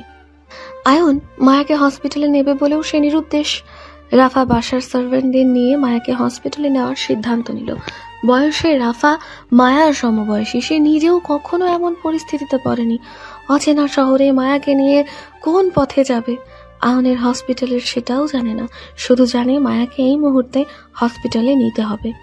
কোথায় কার কাছে গেলে সাহায্য পাবে তাও জানে না রাফা। হৃদের ড্রাইভারকে গাড়ি বের করতে বলে রাফা পরপর কল মিলালো সুফিয়া খানকে। তারপর রাদিফ, আয়ন তিনজনকে পরপর কল দিল রাফা। প্রথমবার সুফিয়া খান কল রিসিভ না করলেও রাফার আয়নকে কল দেওয়ার মধ্যেই সুফিয়া খানের কল আসলো রাফার হাতের ফোনে। রাফা তৎক্ষণাৎ সুফিয়া খানের কল রিসিভ করে অস্থির উত্তেজিত ভঙ্গিতে কাঁদতে কাঁদতে মায়ের কথা জানাতে জানাতে ড্রয়িং রুমে প্রবেশ করলো হৃদ। রাফার চিল্লাচিল্লিতে শক্ত গম্ভীর হৃদের পা থামে কাজের মহিলা রুজিনা গায়ে ঢলে পড়া মায়ের দিকে তাকিয়ে। হাত পা খিচে নাক দিয়ে রক্ত ঝরছে মায়ার। ফর্সা মুখটা কালো হয়ে আসছে, মুখ দিয়ে ঝাঁঝ বের হচ্ছে। হৃদ কেমন শক্ত হয়ে জায়গায় দাঁড়িয়ে রইল মায়ের দিকে তাকিয়ে। হৃদের মুখ দেখে ভিতরকার অনুভূতি বলা দেয়। রাফা কান্নাকাটি করে সুফিয়া খানকে সবটা বলতে বলতে চোখে পড়ল মেইন দরজার সামনে দাঁড়িয়ে থাকা হৃদের উপর। আশার আলো দেখার মতো তৎক্ষণাৎ ছুটে গেল সেদিকে। কল না কেটে দুহাতের মুঠোয় ফোনটি চিপে রেখে হৃদের কাছে মিনতি করে কাঁদতে কাঁদতে বলতে লাগলো, ভাইয়া প্লিজ মায়াকে একটু হসপিটালে নিয়ে যান না প্লিজ, আপনার পায়ে ধরছি আমি, প্লিজ মায়াকে বাঁচান। ও অনেকক্ষণ ধরে এমন করছে, আমি একাই শহরে কিছু চিনি না, ওকে নিয়ে কোথায় যাব? প্লিজ আপনি ওকে বাঁচান ভাইয়া প্লিজ। মায়া তো আপনাকে ভালোবাসে, ও আপনার জন্য সুইসাইড পর্যন্ত করতে গিয়েছিল। প্লিজ ভাইয়া ওকে হসপিটালে নিয়ে যান প্লিজ। মায়ার সুইসাইডের কথাটা কানে যেতেই হৃদ তরাক করে তাকালো রাফার দিকে। চোখ মুখ তখনও কেমন শক্ত আর কঠিন। রাফা বুঝতে পারল না হৃদের কঠিন দৃষ্টির কারণ। রাফা বারবার মায়াকে বাঁচানোর আকুতি মিনতি করছে হৃদের কাছে। সেকেন্ডের মাঝে হৃদ দৃষ্টি ঘুরিয়ে বাহিরের দিকে চলে যেতে যেতে গম্ভীর মুখে রাফার উদ্দেশ্যে বলল, Come with me. হৃদকে বাহিরের দিকে চলে যেতে দেখে রাফা দৌড়ে মায়ার দিকে এগিয়ে আসলো। কাছের মহিলা রুজিনাকে নিয়ে মায়াকে ধরাধরি করে বসালো হুইল চেয়ারে। হৃদের অনুসরণ করে মায়াকে নিয়ে দ্রুত পৌঁছালো গাড়ি অবধি। হৃদ গাড়িতেই বসা ছিল। আসিফকে আশেপাশে কোথাও দেখা গেল না। তবে হৃদের গাড়ির দরজা খোলা পেয়ে রাফা রুজিনা বেগমকে নিয়ে মায়াকে দিয়ে জড়িয়ে বসলো গাড়ির পিছনের সিটে। ওদের বসতেই হৃদ তৎক্ষণাৎ গাড়ি টানলো খালি রাস্তায়। রাফা থেকে থেকে বেহুশ মায়াকে জড়িয়ে কাঁদছে। হৃদের শক্ত মতিগতি তখনও বোঝা দেয়। রাফা মায়াকে নিয়ে কাঁদতে কাঁদতে হৃদের উদ্দেশ্যে বলল, আর কতক্ষণ লাগবে আমরা হসপিটালে পৌঁছাতে ভাইয়া? রাফা কথাগুলো বলতে বলতে গাড়ির মিররের দিয়ে দূর রাস্তার দিকে তাকালো। ওরা কোথায় আছে কিছুই জানে না রাফা। দূর রাস্তা হতে দৃষ্টি সরাতে গিয়ে চোখ পড়ল গাড়ির স্টিয়ারিং ঘোরাতে থাকা হৃদের কম্পিত হাতের দিকে। কেমন থর থর করে কাঁপছে স্টিয়ারিং এ থাকা হৃদের দুটো হাত, অথচ হৃদের মুখভঙ্গিমা কেমন শক্ত আর কঠিন করে রাখা। গাড়ির এসির মধ্যেও বিন্দু বিন্দু ঘাম জমে হৃদের কপালে। রাফা বুঝতে পারল না হৃদের অস্থির কম্পিত হাতে কারণ। হৃদ কি অসুস্থ মায়ের মতন, নাকি ওর অন্য কোনো ভয়? রাফা হৃদকে দেখে মনে হলো সে সুস্থ না। তারপরও রাফা হৃদকে নিয়ে আর ঘাটালো না মায়ার চিন্তায়। 10 থেকে 15 মিনিটের মধ্যে হৃদের গাড়িটি এসে থামলো হসপিটালের সম্মুখে। হৃদ শব্দ করে গাড়ির দরজা খুলে দাঁড়ালো পাশে। হসপিটালের বাহিরের আগ থেকেই দাঁড়িয়েছিল আয়ন নার্সদের নিয়ে। হৃদের গাড়ি থামাতে আয়ন তৎক্ষণাৎ নার্সদের নিয়ে মায়াকে নামালো। নার্সের সাহায্যে মায়াকেও কেবিনে দেওয়া হলো সঙ্গে সঙ্গে। মায়ের চিকিৎসা চলল মুহূর্তে। রাফা মায়ার কেবিনে বাহিরে ভয়ে জড়সড় হয়ে দাঁড়িয়ে, হৃদ এই পুরোটা সময় নীরব দর্শক হয়ে দাঁড়িয়ে ওর ভূমিকা অদেখার মতন। ঘন্টা দেড়েক সময় নিয়ে মায়াকে চিকিৎসা দিয়ে কেবিনে শোয়ানো হলে ডক্টর সাজিদার সঙ্গে বেরিয়ে আসলো আয়ন। আয়নের চোখ মুখ অসহায়ত্বের ছাপ। হৃদকে পেল মায়ের কেবিনে পাশে চুপচাপ দাঁড়িয়ে। আয়ন দূর থেকে হৃদের শান্ত ভঙ্গি দেখে ঠাহর করতে পারল হৃদের অশান্ত মনের তোলপাড়টা। হৃদ হয়তো আশা করেনি মায়া সত্যি সত্যি এতটা অসুস্থ হবে। আয়ন হৃদের মুখোমুখি হতে হতে ক্লান্তিময় হতাশার গলায় বলল, আমার সাথে কেবিনে আয় তুই। জায়গা ছেড়ে হৃদকে নড়তে না দেখে আয়ন হৃদের হাত টেনে মিনতির স্বরে বলল, মায়ের রিপোর্ট এসেছে, প্লিজ আমার সাথে আয় ভাই। ডক্টর সাজিদা কথা বলতে চাইছে মায়ের গার্জিয়ানের সঙ্গে। তুই ছাড়া আপাতত মায়ের এখানে কেউ নেই, মামিও ঢাকা নেই, প্লিজ আয়। আয়নের হাতটা ঝটকা মেরে ফেলে হৃদ এগিয়ে গেল ডক্টর সাজিদার কেবিনে। কাউকে কিছু না বলে ঠাস করে বসে পড়ল ডক্টর সাজিদার মুখোমুখি চেয়ারটায়। আয়ন হৃদের পাশাপাশি চেয়ারটা টেনে বসতে বসতে বলল, আপনি বলুন ডক্টর সাজিদা, আমরা শুনছি। মধ্যবয়স্ক ডক্টর সাজিদা সুফিয়া খানের অনুসন্ধান করে বলল, মিসেস সুফিয়া খান আসেননি ডক্টর আয়ান? আয়ন স্বভাব স্বরূপ বলল, না ডক্টর, মামি ঢাকার বাইরে আছেন, কাল সকালে আসবেন, আপনি আমাদের বলুন। ডক্টর সাজিদাকে মায়ার ব্যক্তিগত ডক্টর হিসেবে রেখেছেন সুফিয়া খান, তাই তিনি মায়ার সকল রিপোর্ট সম্পর্কে পূর্ব থেকে অবগত ছিল বলে ডক্টর সাজিদা আবারও আয়নের উদ্দেশ্যে বলল, দেখুন, পেশেন্টের মানসিক ব্যাপারটা আগে ক্লিয়ার করে বলেছিলাম মিসেস খানকে। তিনি বলেছিল পেশেন্টের যত্ন নিবেন, সেখানে পেশেন্ট আবারও প্যানিক অ্যাটাক করলো। সেজন্য বলছিলাম সুফিয়া খানের অনুপস্থিতিতে আমার পেশেন্টের ব্যক্তিগত গার্ডিয়ানের সঙ্গে কথা বলা প্রয়োজন ডক্টর আয়ান। আশা করি আপনি বুঝতে পারছেন। ডক্টর সাজিদার ঘুরে ফিরে একই কথায় তৎক্ষণাৎ রেগে যায় হৃদ। অধৈর্যে ন্যায় ডক্টর সাজিদার টেবিলে হঠাৎ থাপড়িয়ে গর্জনে বলল, বালের ডাক্তার আপনি আমার সামনে বসে আছেন, চোখে পড়ছে আমাকে, ডিগ্রি অর্জন করছেন কিভাবে, ভণ্ডামি করে। হৃদের হঠাৎ গর্জনে ডক্টর সহ আয়নও ভয়ে চমকে উঠল। আয়ন তৎক্ষণাৎ হৃদকে থামাতে চেয়ে ডক্টর সাজিদাকে শুধিয়ে বলল, আপনি প্রশ্ন না করে রিপোর্ট বলুন প্লিজ। হৃদ খান পেশেন্টের হাজবেন্ড হয়, আপনি বলুন। ডক্টর সাজিদা থমথমে মুখে হৃদের দিকে তাকালো। হৃদ খানকে তিনি ভালো করেই চেনেন, এই শহরে প্রভাবশালীদের একজন। এদের ক্ষমতা আর দাপটের কথা শুনেছেন তিনি আগেই, তবে বিগত কয়েকদিন ধরে স্বচক্ষে সবটা দেখছেন তিনি। যেমন মা তেমন ছেলে, দুজনই অধৈর্য। তারপরও সুফিয়া খান যেমন তেমন ওনাকে বোঝানো যায়, কিন্তু ওনার ছেলে হৃদ খান তো আরো গরম, অধৈর্য মানুষ। ডক্টর সাজিদা থমথমে মুখে বলল, দেখুন মিস্টার খান, পেশেন্টের অবস্থা খুবই শোচনীয়। পেশেন্ট মানসিক ডিসঅর্ডারের রোগী। এত ওষুধাদির মধ্যেও এতদিন ধরে পেশেন্টের জ্বর কমছে না, বারবার প্যানিক অ্যাটাক হচ্ছে, মানসিক চাপ বাড়ছে। পেশেন্ট হয়তো কোনো কিছু নিয়ে তীব্র ডিপ্রেশনে ভুগছে, যার জন্য বারবার প্যানিক অ্যাটাক হচ্ছে। আমার মনে হয় পেশেন্টের চারপাশের পরিবেশ ঠিক নেই। পেশেন্টকে সুস্থ করতে চাইলে আগে পেশেন্টকে একটা সুস্থ পরিবেশ দিন।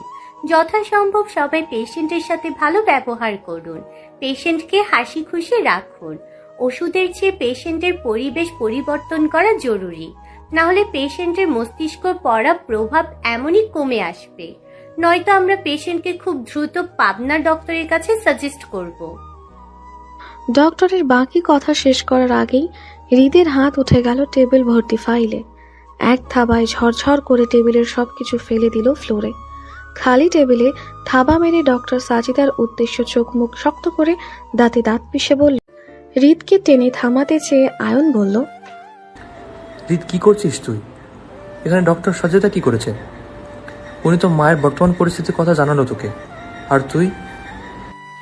আয়নকে ধাক্কা মেরে নিজের থেকে দূরে সরাতে সরাতে হৃদ খিটখিটে মেজাজে বলল, সর সামনে থেকে, বালের ডাক্তার তোর আমার। সর। হৃদ কেবিন ছেড়ে বেরিয়ে সোজা হাঁটল করিডোর ধরে। উদ্দেশ্য হসপিটাল থেকে বেরিয়ে যাওয়া। হৃদকে চলে যেতে দেখে রাফা দৌড়ে আসলো হৃদের পিছনে। হৃদের পিছন ডেকে হাঁপাতে হাঁপাতে বলল, আপনার সাথে আমার কথা ছিল ভাইয়া, একটু শুনবেন প্লিজ। হৃদ থামলো না, বরং রাফার কথা না শোনার মতো করে চলে যেতে নিলে রাফা পুনরায় হৃদের পিছন ডেকে অধৈর্য গলায় বলল, আমি বেশ কয়েকদিন ধরে আপনার সাথে কথা বলতে চাইছিলাম ভাইয়া, কিন্তু আপনি বাড়িতে আসেন না বলে যোগাযোগ করতে পারছিলাম না। প্লিজ ভাইয়া, আমার কথাটা অন্তত শুনুন প্লিজ। হৃদ রাফাকে এড়িয়ে অদেখার মতো করে চলে যেতে লাগলে রাফা বের হয়ে হৃদের পিছন দৌড়িয়ে ফের অস্থির উত্তেজিত গলায় খানিকটা উঁচু স্বরে বলল, আপনার অনুপস্থিতিতে মায়া সুইসাইড করতে গিয়েছিল ভাইয়া। সেদিন আমরা না থাকলে হয়তো মরে যেত। রাফার কথায় সঙ্গে সঙ্গে হৃদের পা থামে, কিন্তু রাফার দিকে ঘুরে তাকালো না হৃদ। রাফা হৃদকে দাঁড়াতে দেখে পরপর অস্থির গলায় বলল, মায়া আপনাকে অনেক ভালোবাসে ভাইয়া, আপনাকে ভালোবাসে বলেই আজ মায়া পাগল হয়ে বিছানায় পড়ে। প্লিজ ভাইয়া, মায়াকে আর অবহেলা করবেন না, ও নির্দোষ। মায়া আপনার সাথে বেইমানি করতে চায়নি, ওকে দিয়ে এসব করানো হয়েছে। মায়ার বিয়েটা তো। রাফাকে বলতে না দিয়ে হৃদ এক প্রকার জেদ করেই চলে গেল রাফার কথা না শুনে। শেষ পর্যন্ত রাফা কি বলতে চেয়েছিল সেটাও শুনল না হৃদ। হৃদকে চলে যেতে দেখে রাফা আগ বাড়িয়ে আর কিছুই হৃদকে জানাতে চাইল না, বরং উল্টো পায়ে হেঁটে মায়ের কেবিনে গেল। রাফা বুঝতে পারছে হৃদ ইচ্ছা করেই মায়াকে এড়িয়ে যায়, হয়তো মায়াকে আর চাচ্ছে না বলে তাই।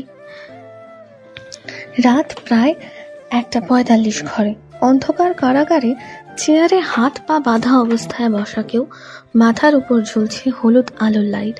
সামনেই 14 শিকলের জেল। সন্ধ্যার পর থেকে লোকটাকে একইভাবে হাত পা বেঁধে বসিয়ে রেখেছে থানার পুলিশ। বসে থাকতে থাকতে ঝিমিয়ে ঘুমিয়ে পড়ল চেয়ারে বসা লোকটা। হঠাৎ কোনো কিছুর টং টং শব্দ কানে যেতে চেয়ারে বসা লোকটার ঘুম হালকা হয়ে আসলে সে ঘুমন্ত চোখ টেনে সামনে তাকাতে চাইল, কিন্তু ঘুমের তাড়নায় ঝাপসা চোখে দেখল শিকলের তারা খুলছে বয়স্ক এক পুলিশ। লোকটার হেলিয়ে পড়া ঘাড়টা মুহূর্তে সোজা করতে করতে দেখলো পুলিশ নয়, বরং একজন ভদ্র মহিলা মাথা নুইয়ে জেলে প্রবেশ করছে। চেয়ারে বাঁধা লোকটার ঘুম তৎক্ষণাৎ ছুটে গেল। সে চোখ টেনে সামনে তাকাতে দেখলো খুব পরিচিত মুখ, কিন্তু তিনি তৎক্ষণাৎ মনে করতে পারল না এই মুখটা আসলে সে কোথায় দেখেছিল। অজ্ঞাত লোকটার কপাল কুঁচকে আসে ভদ্র মহিলাটিকে তা স্মরণ করতে চেয়ে। তৎক্ষণাৎ পরিপাটি শাড়ি আর লম্বাটে মহিলাটি লোকটার মুখোমুখি চেয়ার টেনে বসতে বসতে কৌতুক স্বর করে বলল, কি রে জসিম, কি অবস্থা তোর?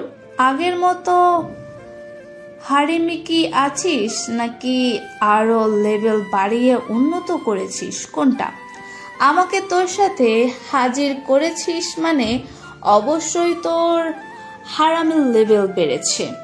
শুনলাম আমাকে নাকি খুব মিস করছিলি, তাই চলে আসলাম। Nice to meet you again দোস্ত।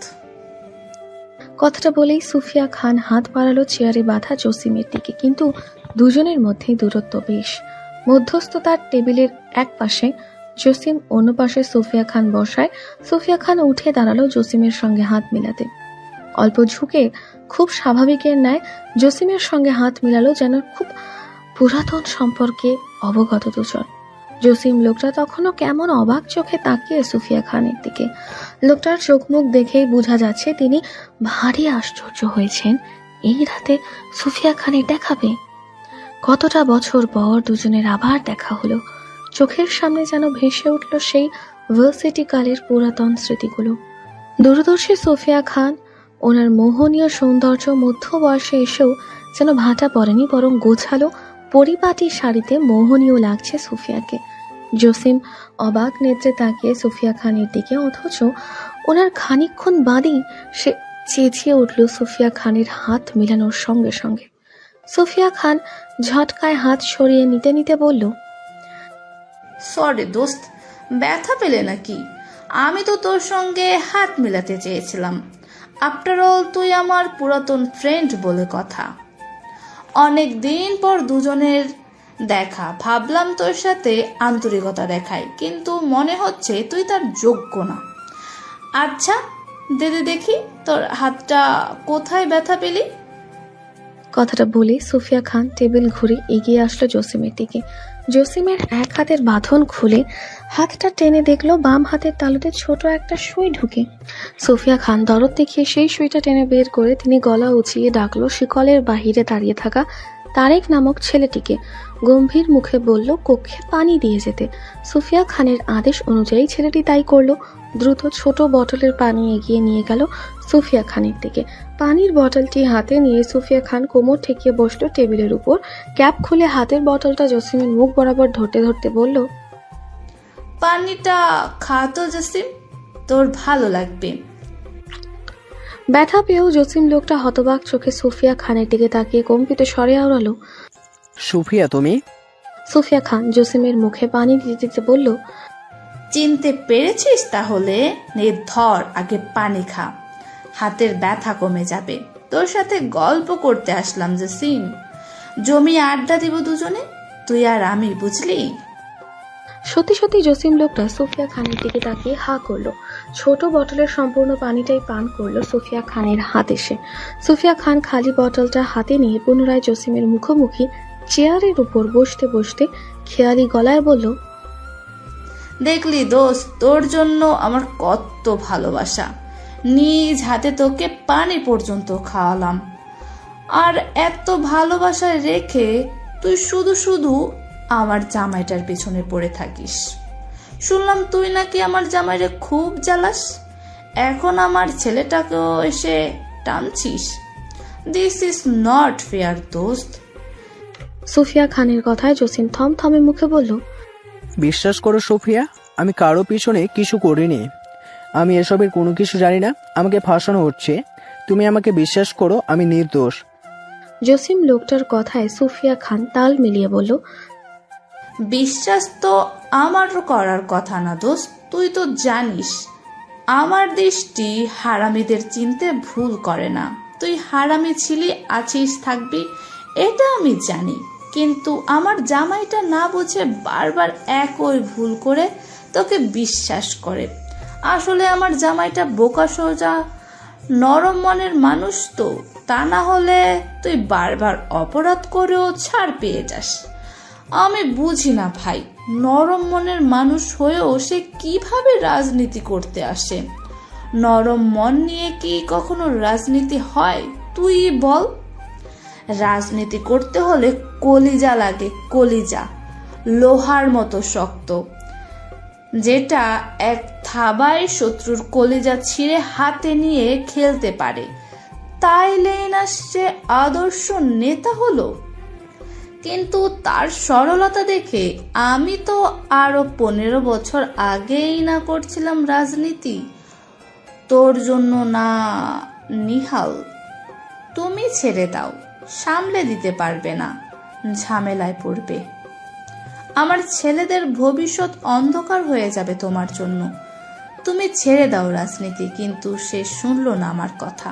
তার পারিবারিক ঐতিহ্য, রাজনীতি দলকে তারই সামাল দিতে হবে, এটা নাকি তার দায়িত্ব। আচ্ছা তুই বল, এভাবে সামাল দিবে সে? আমার ছেলেদের রক্ত ঝরিয়ে আমি তার জন্য কয়টা ছেলের জন্ম দিচ্ছি যে তার জন্য বারবার রক্ত ছড়াবে? সারা বছর আমার বুড়ো ছেলেটা রাজনীতির দণ্ডে ফিরে রাখে। তাও ঠিক ছিল যদি আমার ছেলেটা কথা শুনে সে কাজ করত তাহলে, কিন্তু না, তার অতিরিক্ত মানবতার জন্য শেষ পর্যন্ত আমার ছেলেটার জান নিয়ে টানাটানি দিল সে। মা হয়ে আমাকে এত সবে আসতে হতোই না বল? Hello dear. সুফিয়া খানের পরপর কথায় জসিমের শরীরে চিকন ঘামের রেশ দেখা দিল। কপালে বিন্দু বিন্দু ঘামের ফোঁটা জমা হতে জসিম ভয়ার্ত মুখে অস্থির ভঙ্গিতে বলল, আমি কিছু করিনি সুফিয়া, আমি সত্যি তোমার ছেলের অ্যাক্সিডেন্ট করাইনি। আমি তো সেদিন চট্টগ্রামেই ছিলাম না যেদিন রিদ খানের অ্যাক্সিডেন্ট হলো। আমি কিভাবে তোমার ছেলের অ্যাক্সিডেন্ট করাবো বলো? আমাকে অন্যভাবে জেলে আনা হয়েছে, আমি নির্দোষ। জসিমের কথায় দারুণ হাসল সুফিয়া খান। হাতের বটলটা পাশের টেবিলের উপর শক্ত করে রাখতে রাখতে বলল, তোর নিজের সাক্ষী তুই কেন দিচ্ছিস জসিম? আমি কি তোকে মেরেছি নাকি কারো অ্যাক্সিডেন্টের কথা মেনশন করেছি? না পেটানো অবধি তুই সাক্ষী দিবি না জসিম, কারণ আমি জানি তুই নিষ্পাপ, সেজন্য তোকে জেলে ধরে আনা হয়েছে। থানার পুলিশরা হলো বেদব, আর আমাকে ফোন করে জানালো তোর মতো এত নিষ্পাপ নেতা নাকি তাদের পেটে হজম হচ্ছে না। দ্রুত তোর সাথে কথা বলতে যাতে তোর হারামিপনার লেভেল আপডেট হয়, নয়তো বদ হজমে মারা যাবে তারা, বুঝলি? সুফিয়া খান সম্পর্কে জসিমের ধারণা পুরাতন। ভার্সিটি লাইফ থেকে তিনি সুফিয়া খানকে চেনেন। অসম্ভব মেধাবী আর চতুর মানুষ সুফিয়া। শান্ত মস্তিষ্কে মানুষ খুন করার মতো ক্রিমিনাল মাইন্ড এই মহিলার আছে। কিভাবে কাকে কোথায় ফাঁসিয়ে দেবে সামনের মানুষটা নিজেও বুঝবে না। জসিম লন্ডনে পড়তে গিয়েই পরিচিত হয়েছিল সুফিয়ার সঙ্গে। অপরূপ সুন্দরী আর অসম্ভব মেধাবী স্টুডেন্ট দেখে সে ভালোবেসেছিল সুফিয়াকে। কিন্তু তখন সুফিয়ার সঙ্গে নিহাল খানের প্রেম ছিল সবে 3 মাসের। নতুন প্রেম হওয়ায় জসিম চেয়েছিল সহজ সরল নিহালকে টপকে সুফিয়াকে জিতে নেবে। নিহালের সঙ্গে জসিমের বন্ধুত্ব না থাকলেও ওরা মিউচুয়াল ফ্রেন্ডে পরিচিত হওয়ার সঙ্গে সঙ্গে ওরা একই ভার্সিটিতে পড়াশোনা করত বলে রোজ দেখা হতো তাদের। সেজন্য জসিম চেয়েছিল নিহালকে ভুল বোঝাতে সুফিয়ার সম্পর্কে।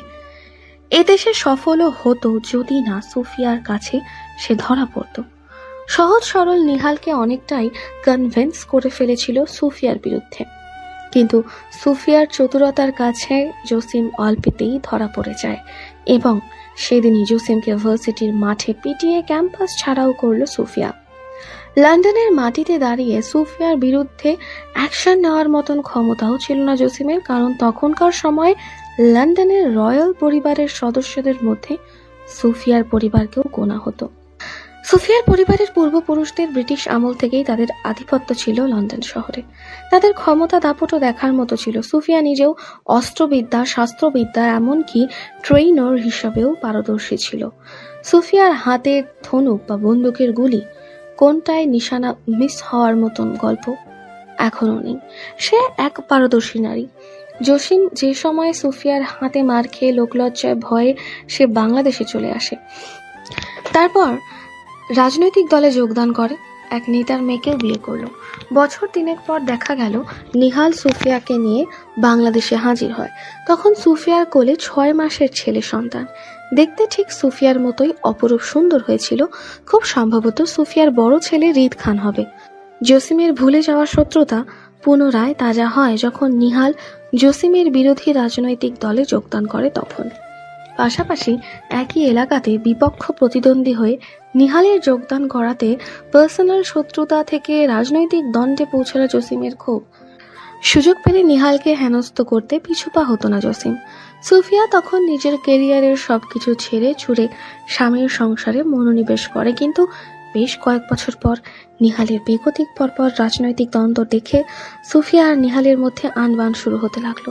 তারপর কিভাবে কি হলো আর কেন সুফিয়া নিহালকে ছেড়ে গেল সেটা এখনো জানে না জসিম। তবে সুফিয়ার চলে যাওয়ার খবরটা জসিমের কানে এসেছিল, সেজন্য জসিম বহুবার চেয়েছিল সুফিয়ার অনুপস্থিতিতে নিহালের সুযোগ নিতে। সেজন্য কারণে অকারণে এমন বহুবার বহু রকম মিথ্যা কেস মামলা দিয়ে নিহালকে ফাঁসাতে চেয়েছিল, কিন্তু থানা পুলিশ করে সবগুলো কেস মামলা কোর্ট পর্যন্ত যেতে যেতে কেমন গায়েব হয়ে যেত। সেসব মামলা মোকদ্দমার আর কোনো পাত্তা পাওয়া যেত না। এমন ঘটনা বহুবার হওয়াতে মামলাগুলো হঠাৎ গায়েব। সেসব তথ্য জোগাড় করতে জসিম গোপনীয়ভাবে লোক লাগালো তদন্ত করতে, মামলাগুলো কি হয় সেটা জানতে। অনেক তদন্তের পর বুঝতে পারলো সুফিয়ার স্বামীর সংসার নামমাত্র ছাড়লেও সে স্বামীর সঙ্গ ছাড়েনি কখনো। নিহালের ছোট বড় রাজনৈতিক, পারিবারিক, ব্যবসায়িক সকল মামলাগুলোই সুফিয়া নিজে দেখাশোনা করে। প্রফেশনাল অ্যাডভোকেট হওয়ায় অবশ্যই আইন সুফিয়ার হাতেই থাকবে, তাই জসিম কোনোভাবে নিহালের সঙ্গ আইনিভাবে পেরে উঠবে না। সেটা বুঝতে পেরে জসিম আইনের আশ্রয় নেওয়া ছেড়ে দেয় এবং সরাসরি আক্রমণ করতে শুরু করলো নিহালের উপর। সুযোগ পেলে অপদস্থ করতে চাইতো নিহালকে। নিহালের লোকদের পিটিয়ে রাস্তায় ফেলে রাখতো, নয়তো জোর করে ভয় দেখিয়ে নিহালের লোকদের নেশে তলে নিয়ে আসতো। বলতে গেলে রাজনৈতিক খেলায় জসিমের হাত চলতো সব জায়গায়। ভেবেছিল ইলেকশনটাও সেবার জসিমের হাতেই হবে, কিন্তু সেইবার ইলেকশনের আগে আগে হঠাৎ করে একদিন শোনা গেল নিহালের বড় ছেলে রিদ খান নিজের পড়াশোনা শেষ না করেই বিদেশ থেকে চলে এসেছে ওর বাবার রাজনৈতিক দলের সাপোর্টে দাঁড়াতে। জসিম বিষয়টা শুনেও বিশেষ পাত্তা দেয়নি। নিহালের ছেলে নিহালের মতোই সরল মনের মানুষ হবে ভেবে উড়িয়ে দেওয়া বিষয়টা জসিমের মাথা ব্যথা হয়ে দাঁড়ালো। বুঝতে পারলো ছেলে নিহালের হলেও স্বভাব সুফিয়ার থেকেও 10 কাঠি উপরে পেয়েছে রিদ খান। ক্রমাগত জসিমের কাজে জসিমকে ফাঁসাতে লাগলো রিদ খান। সকল দিক থেকে হঠাৎ করে জসিমের দলকে ব্লক করতে লাগলো। জসিমের দলের ছেলেরা দল ছেড়ে নিহালের ছেলের পিছনে ছুটতে লাগলো। চোখের পলকে যেন জসিমের সাজানো গোছানো রাজনৈতিক দলটা ভেঙে নিস্তেজ হয়ে গেল। চারদিকে শুধু নিহালের ছেলে রিদ খানের নাম ছড়াতে লাগলো, যে নাম কামাতে জসিমের বছরের পর বছর রাজনৈতিক মাঠে ষড়যন্ত্র ছক আঁকতে হয়েছিল। সেই মাঠ বছর ঘুরতে না ঘুরতে নিহালের ছেলে রিদ খানের হয়ে গেল। নিহালও নিজের বড় ছেলে রিদ খানের উপর রাজনৈতিক দল দিয়ে নির্ভরশীল হয়ে পড়ল। অথচ রিদ খান এক হাতে রিদের বাবার রাজনৈতিক দল সামলাতে লাগলো, অন্যদিকে মাসের এ মাথা ওই মাথা করে লন্ডনে যাতায়াত করতে নিজের পড়াশোনা চালিয়ে যেতে। রিদের বাবার পাশাপাশি রাজনৈতিক দলের থেকে রিদ খান নিজের বাকি পড়াশোনাটাও শেষ করতে করতে ব্যবসায়িক কাজে জড়িয়ে পড়ল। পারিবারিক ব্যবসার পাশাপাশি নিজের ব্যবসাও দাঁড় করালো। সব মিলিয়ে রিদ খানের নামটা হঠাৎ করে অনেক বড় হয়ে গেল। এতে জসিম হিংসাত্মকে জ্বলে পুড়ে নিজের 2 ছেলেকেও রাজনৈতিক মাঠে নামালো। কারণে অকারণে রিদ খানের সঙ্গে ঝামেলায় জড়াতে লাগলো, কিন্তু এতেও রিদ খানের সঙ্গে কোনো সুবিধা করতে পারছিল না বলে নিহালের ছোট ছেলেকে টার্গেট করলো ওরা। নিহালের বড় ছেলে রিদ খান যতটা চতুর মাইন্ডের ছিল ততটাই নরম মনের ছিল ছোট ছেলেটা। কিন্তু খান পরিবারের সদস্যরা সবাই মিলে যে রাদিফ খানকে প্রোটেক্ট করে সেটা জসিম লাস্টবার আক্রমণ করতে গিয়ে বুঝতে পারল।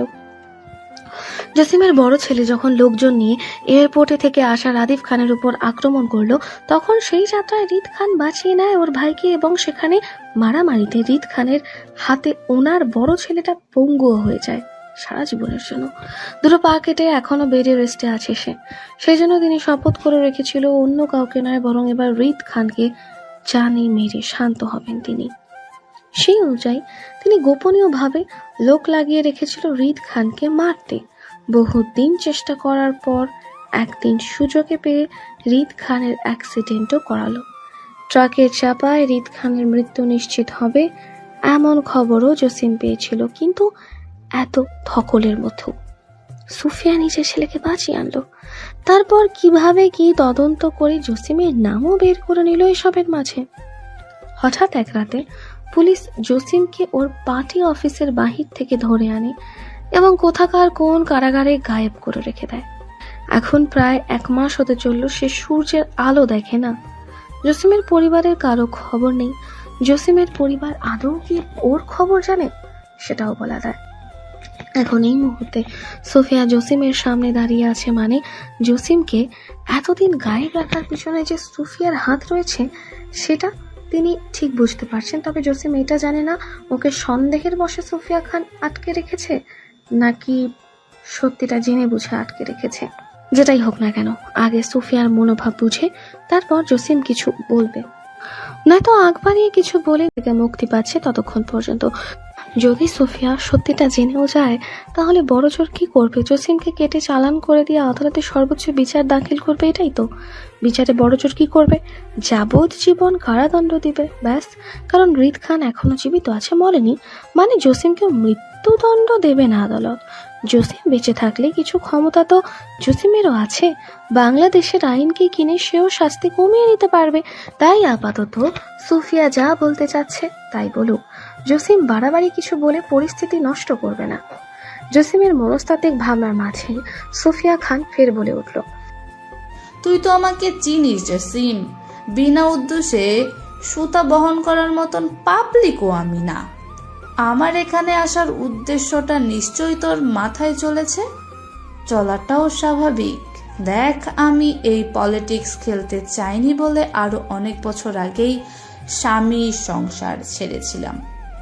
আজ আবার সন্তানের জন্য ফিরে আসলাম। নিহাল সহজ সরল বলে সেই জন্য তুই বারবার খেলতে পারতিস, সে মন থেকে চিন্তা করে। কিন্তু আমি ভাই নষ্ট মন বুঝি না। আমার মন খুব অল্প সংখ্যক মানুষের বসবাস করে। আমি শুধু আমার পরিবার বুঝি, এর বাইরে সব বাদ। আমি অপরাধীদের বারবার ক্ষমা করতে পারি না। এত বড় কলিজা নিয়ে ঘুরি না। আমার কলিজা ছোট, সেজন্য আমার সাথে যে যেমন তার সাথেই আমি তেমন। তুই ভালো তো আমি ভালো, তুই খারাপ তো আমি তোর থেকেও দ্বিগুণ খারাপ। আমার বড় ছেলেটার রক্ত গরম, সেজন্য হুটহাট রেগে যায়। রাগ কন্ট্রোল করতে পারে না, জেদ বেশি। তবে আমি কিন্তু সেই রকম না। আমার সহজে রাগ আসে না, কিন্তু আমি শান্ত মস্তিষ্কে থাকি। হই হুল্লোড় করে লোক জানিয়ে কাজ করা আমার স্বভাবে নেই। আমি ডান হাতে কাজ করলে বাম হাত টের পায় না। এই যেমন ধর, আজ এখানে এসেছি তোকে চিরবিদায় দিতে। বাহিরের পুলিশ কিভাবে তোর সাথে বাহিরে পুলিশ টেরও পাবে না তোর মৃত্যু কিভাবে হলো, বুঝলি? সুফিয়া খানের কথায় অস্থির উত্তেজিত হলো জসিম। চেয়ারে বসা অবস্থায় ছটফটিয়ে বলল, কি বলছো তুমি এসব সুফিয়া? আমার মৃত্যু মানে তুমি কি আমার সাথে মজা করছো? জসিমের কথায় সুফিয়া খান হেয়ালি করে বলল, এত হাইপার হচ্ছিস কেন জসিম? তোর এই মুহূর্তে হাইপার হওয়া খুবই রিস্কি, বুঝলি? তুই যত শান্ত থাকার চেষ্টা করবি ততই তোর লাইফ টাইম বাড়বে। নয়তো অতিরিক্ত হাইপার হলে তোর ব্লাড প্রেশার বেড়ে গিয়ে যে কোনো সময় হার্ট অ্যাটাক করে মারা যেতে পারিস, বুঝলি? সুফিয়া খানের কথায় জসিম রাগে চিৎকার করে বলল, পাগল পেয়েছিস আমাকে? আমি কিছু বুঝি না মনে করেছিস? শুধু শুধু কেউ মারা যাবে কেন? আমার গায়ে হাত দিলে রক্ষা তুইও পাবি না সুফিয়া। আমাকে মারা দায়ে তুইও ফেসে যাবি। জসিমের কথায় সুফিয়া খান নাক মুখ কুচকে বলল, তবা তবা, তোর এই মনে হয় তোকে মেরে হাত নষ্ট করব আমি? এত বছরে তুই আমাকে এই চিনেছিস? তুই তো এমনিই মরে যাবি ভাই। তোকে মেরে আমার আবার হাত নষ্ট করতে হবে কেন? বড় জোর তুই আর 6 ঘন্টা লাস্টিং করবি। তুই আমাকে মিথ্যা বুঝাতে চাচ্ছিস? আমি বিশ্বাস করি না তোর কথা। তুই আমাকে জানে না মারলে আমি কেন মারা যাব? আমি তো সুস্থ। সুফিয়া খান আগের ন্যায় বলল, অবশ্য তুই সুস্থ, সেটা আমি দেখেছি। থানার পুলিশও দেখেছে, কারাগারের সিসি ক্যামেরাও দেখেছে। আমরা সবাই জানি তুই সুস্থ, কিন্তু তুই তো মরবি হঠাৎ হার্ট অ্যাটাক করে। অতিরিক্ত ব্লাড প্রেশার হাই হয়ে রক্তচাপে মারা যাবি। ডাক্তারের রিপোর্ট তাই এসেছে, দেখবি। সুফিয়া খানের কথায় মনে ভয় জমা হলো জসিমের। সে উত্তেজিত গলায় বলল, রিপোর্ট? কিসের রিপোর্ট? তো ডেড বডির পোস্টমর্টেম রিপোর্ট দেখবি। কথা বলেই সুফিয়া খান জসিমের সম্মতির অপেক্ষা না করে গলা ছেড়ে ডাকলো তারেক ছেলেটিকে। সুফিয়া খানের ডাকার সঙ্গে সঙ্গে হাতে ফাইল নিয়ে তৎক্ষণাৎ দৌড়ে আসলো তারেক। সুফিয়া খানের হাত বাড়ানোর সঙ্গে সঙ্গে সে এগিয়ে দিল বেশ কিছু ডক্টরি রিপোর্ট। সুফিয়া খান হাতের ইশারায় ছেলেটিকে চলে যেতে বলে। পরপর কাগজগুলো জসিমের সম্মুখে ছড়িয়ে রাখতে রাখতে বলল, এই যে দেখ তোর ডেড বডি সার্টিফিকেট গুলো। তুই কত ভাগ্যবান দেখলি জসিম, মরার আগেই নিজের পোস্টমর্টমের রিপোর্ট গুলো দেখে যেতে পেরেছিস।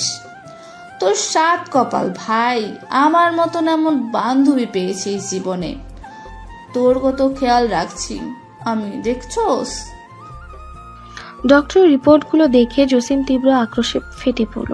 বাঁধন খোলা হাতটা দিয়ে সকল কাগজপত্রগুলো দুমড়ে মুচড়ে ছিঁড়ে ফেলতে ফেলতে চিৎকার করে বলল, তুই আমাকে মিথ্যাবাদে ফেলতে চাচ্ছিস? আমি জানি আমার কিচ্ছু হবে না। অকারণে কারো ব্লাড প্রেশার হাই হয় না, আর না হার্ট অ্যাটাক হয়। অকারণে কেন হবে দোস্ত? অল্প ব্রেন তো চালা তো নিজের। আমি এখানে আসতে দুজন হাত মিলালাম প্রথমে, তারপর তোর হাতে সুই বেঁধেছিল। আমি আবার দরদ দেখিয়ে তোকে পানীয় মনে করে খাওয়ালাম। সেটা আসলে প্রথমে সুইটা কোনো সাধারণ সুই ছিল না, এটা বিষাক্ত পয়জন তোর বডিতে পুশ করা হয়েছে, যেটা তোর হার্ট ব্লক করতে সাহায্য করবে দ্রুত। তারপর যে পানিটা খেলি আমার হাতে, সেটার মধ্যে আরেকটা পয়জন ছিল, যেটা তোর ব্লাড সার্কুলারকে মাত্রাতিরিক্ত হাইপার করতে সাহায্য করবে। দুইটা বিষের প্রতিক্রিয়ায় তোর হয়তো বড় জোর 5 ঘন্টা, তার মধ্যে তৃতীয় ঘন্টা থেকে তোর শরীর রেসপন্স করা ছেড়ে দিবে। একদম মরা লাশের ন্যায় পড়ে থাকবি, তোর শরীরের রুহ থেকে বের হতে থাকবে, কিন্তু রেসপন্স করার জন্য শক্তি পাবি না। মজার বিষয় কি জানিস, 6 ঘন্টা হতে না হতেই তোর শরীর থেকে দুটো বিষও ভ্যানিশ হয়ে যাবে, কারণ বিষ দুটোই একটা অপরের প্রতিশোধক, অ্যান্টিডোট হিসাবে কাজ করবে। তাই তোর বডির পোস্টমর্টম করার সময় রিপোর্টে আসবে তোর সাধারণ হার্ট অ্যাটাক থেকে মৃত্যু হয়েছে। সুফিয়া খানের কথায় জসিমের সর্বাঙ্গ কাঁপতে লাগলো। মৃত্যুকে সবাই ভয় পায়, জসিমও তীব্রভাবে ভয় পাচ্ছে। সে সুফিয়া খানের কাছে জীবন বাঁচানোর চেষ্টা করে বলল, আমাকে ক্ষমা করে দাও সুফিয়া, আমাকে প্রাণে মেরো না, লাস্ট একটা সুযোগ দাও, তারপরও প্রাণে মেরো না আমায়, আমি মরতে চাই না। জসিমের আত্মচিৎকারে সুফিয়া খানের মন গলল না। তিনি আগের ন্যায় বলল, তোর অপরাধের লিস্ট তো অনেক বড় দোস্ত, ক্ষমা করা যাচ্ছে না। আমার ছেলে আর স্বামী দুজনেই তোকে খুঁজেছে মারতে, সেজন্য আমি ভাবলাম মা হয়ে তোর চ্যাপ্টারটা ক্লোজ করে যায়, বাপ ছেলে অবধি যাওয়া লাগবে না। শুন জসিম, তোর একটা কথা বলি আমি, তুই তো আমার ব্যাচমেট ছিলি, তুই জানিস নিহালকে আমি লাভ ম্যারেজ করেছিলাম, কিন্তু ওকে আমি প্রেম করে বিয়ে করে ঠকে গেলাম। 15 বছর ধরে একসাথে নেই। শালা বুইরা খাটাস, আমার ফিলিংস বুঝে না, অথচ তুই বুঝলি, আমাকে বিশ্বাস করে বিষও পান করলি। তোর আসলে আমার ইমোশন ধরে টান দেওয়া উচিত হয়নি, আমার ছেলেটা আমার ইমোশন ছিল। আচ্ছা যাই হোক, তারপরও আমি দোয়া করব। কথাটা বলে সুফিয়া খান জায়গায় ছেড়ে উঠে দাঁড়ালো চলে যেতে। সামনে কদম বাড়াতে জসিম হাউ মাউ করে চিৎকার করতে লাগলে সুফিয়া খান বিরক্তি স্বরে বলল, তোর মতন আমার পরিবারও এমন করেই কেঁদেছিল যেই দিন, কিন্তু তুই শুনতে আসিসনি, তাই আজ আমিও শুনবো না। তারপরও তোর ভালোর জন্য বলে যাই, তুই যতই হাইপার চিৎকার করবি তত দ্রুত তোর শরীরে বিষ অ্যাক্টিভ হয়ে কাজ করবে। 5 ঘন্টার জায়গায় তুই 1 ঘন্টায় মারা যাবি। সেজন্য চিল্লাচিল্লি না করে আল্লাহর ডাক হারামি, এখানে তোর চিৎকার শোনার মতো কেউ নেই। সকাল 5টার ঘরে বাড়ির গেট পেরিয়ে পার্কিং এরিয়াতে গাড়ি এসে থামলো সুফিয়া খানের। গম্ভীর মুখ সুফিয়া খান গাড়ি থেকে নামতে নামতে চোখে পড়ল বাগানের খোলা বাংলোর চেয়ারে হাত পা ছড়িয়ে গা এলিয়ে বসা হৃদকে। হৃদ চোখের উপর ডান হাত রেখে বাম হাত ঝুলছে ফ্লোরের উপর।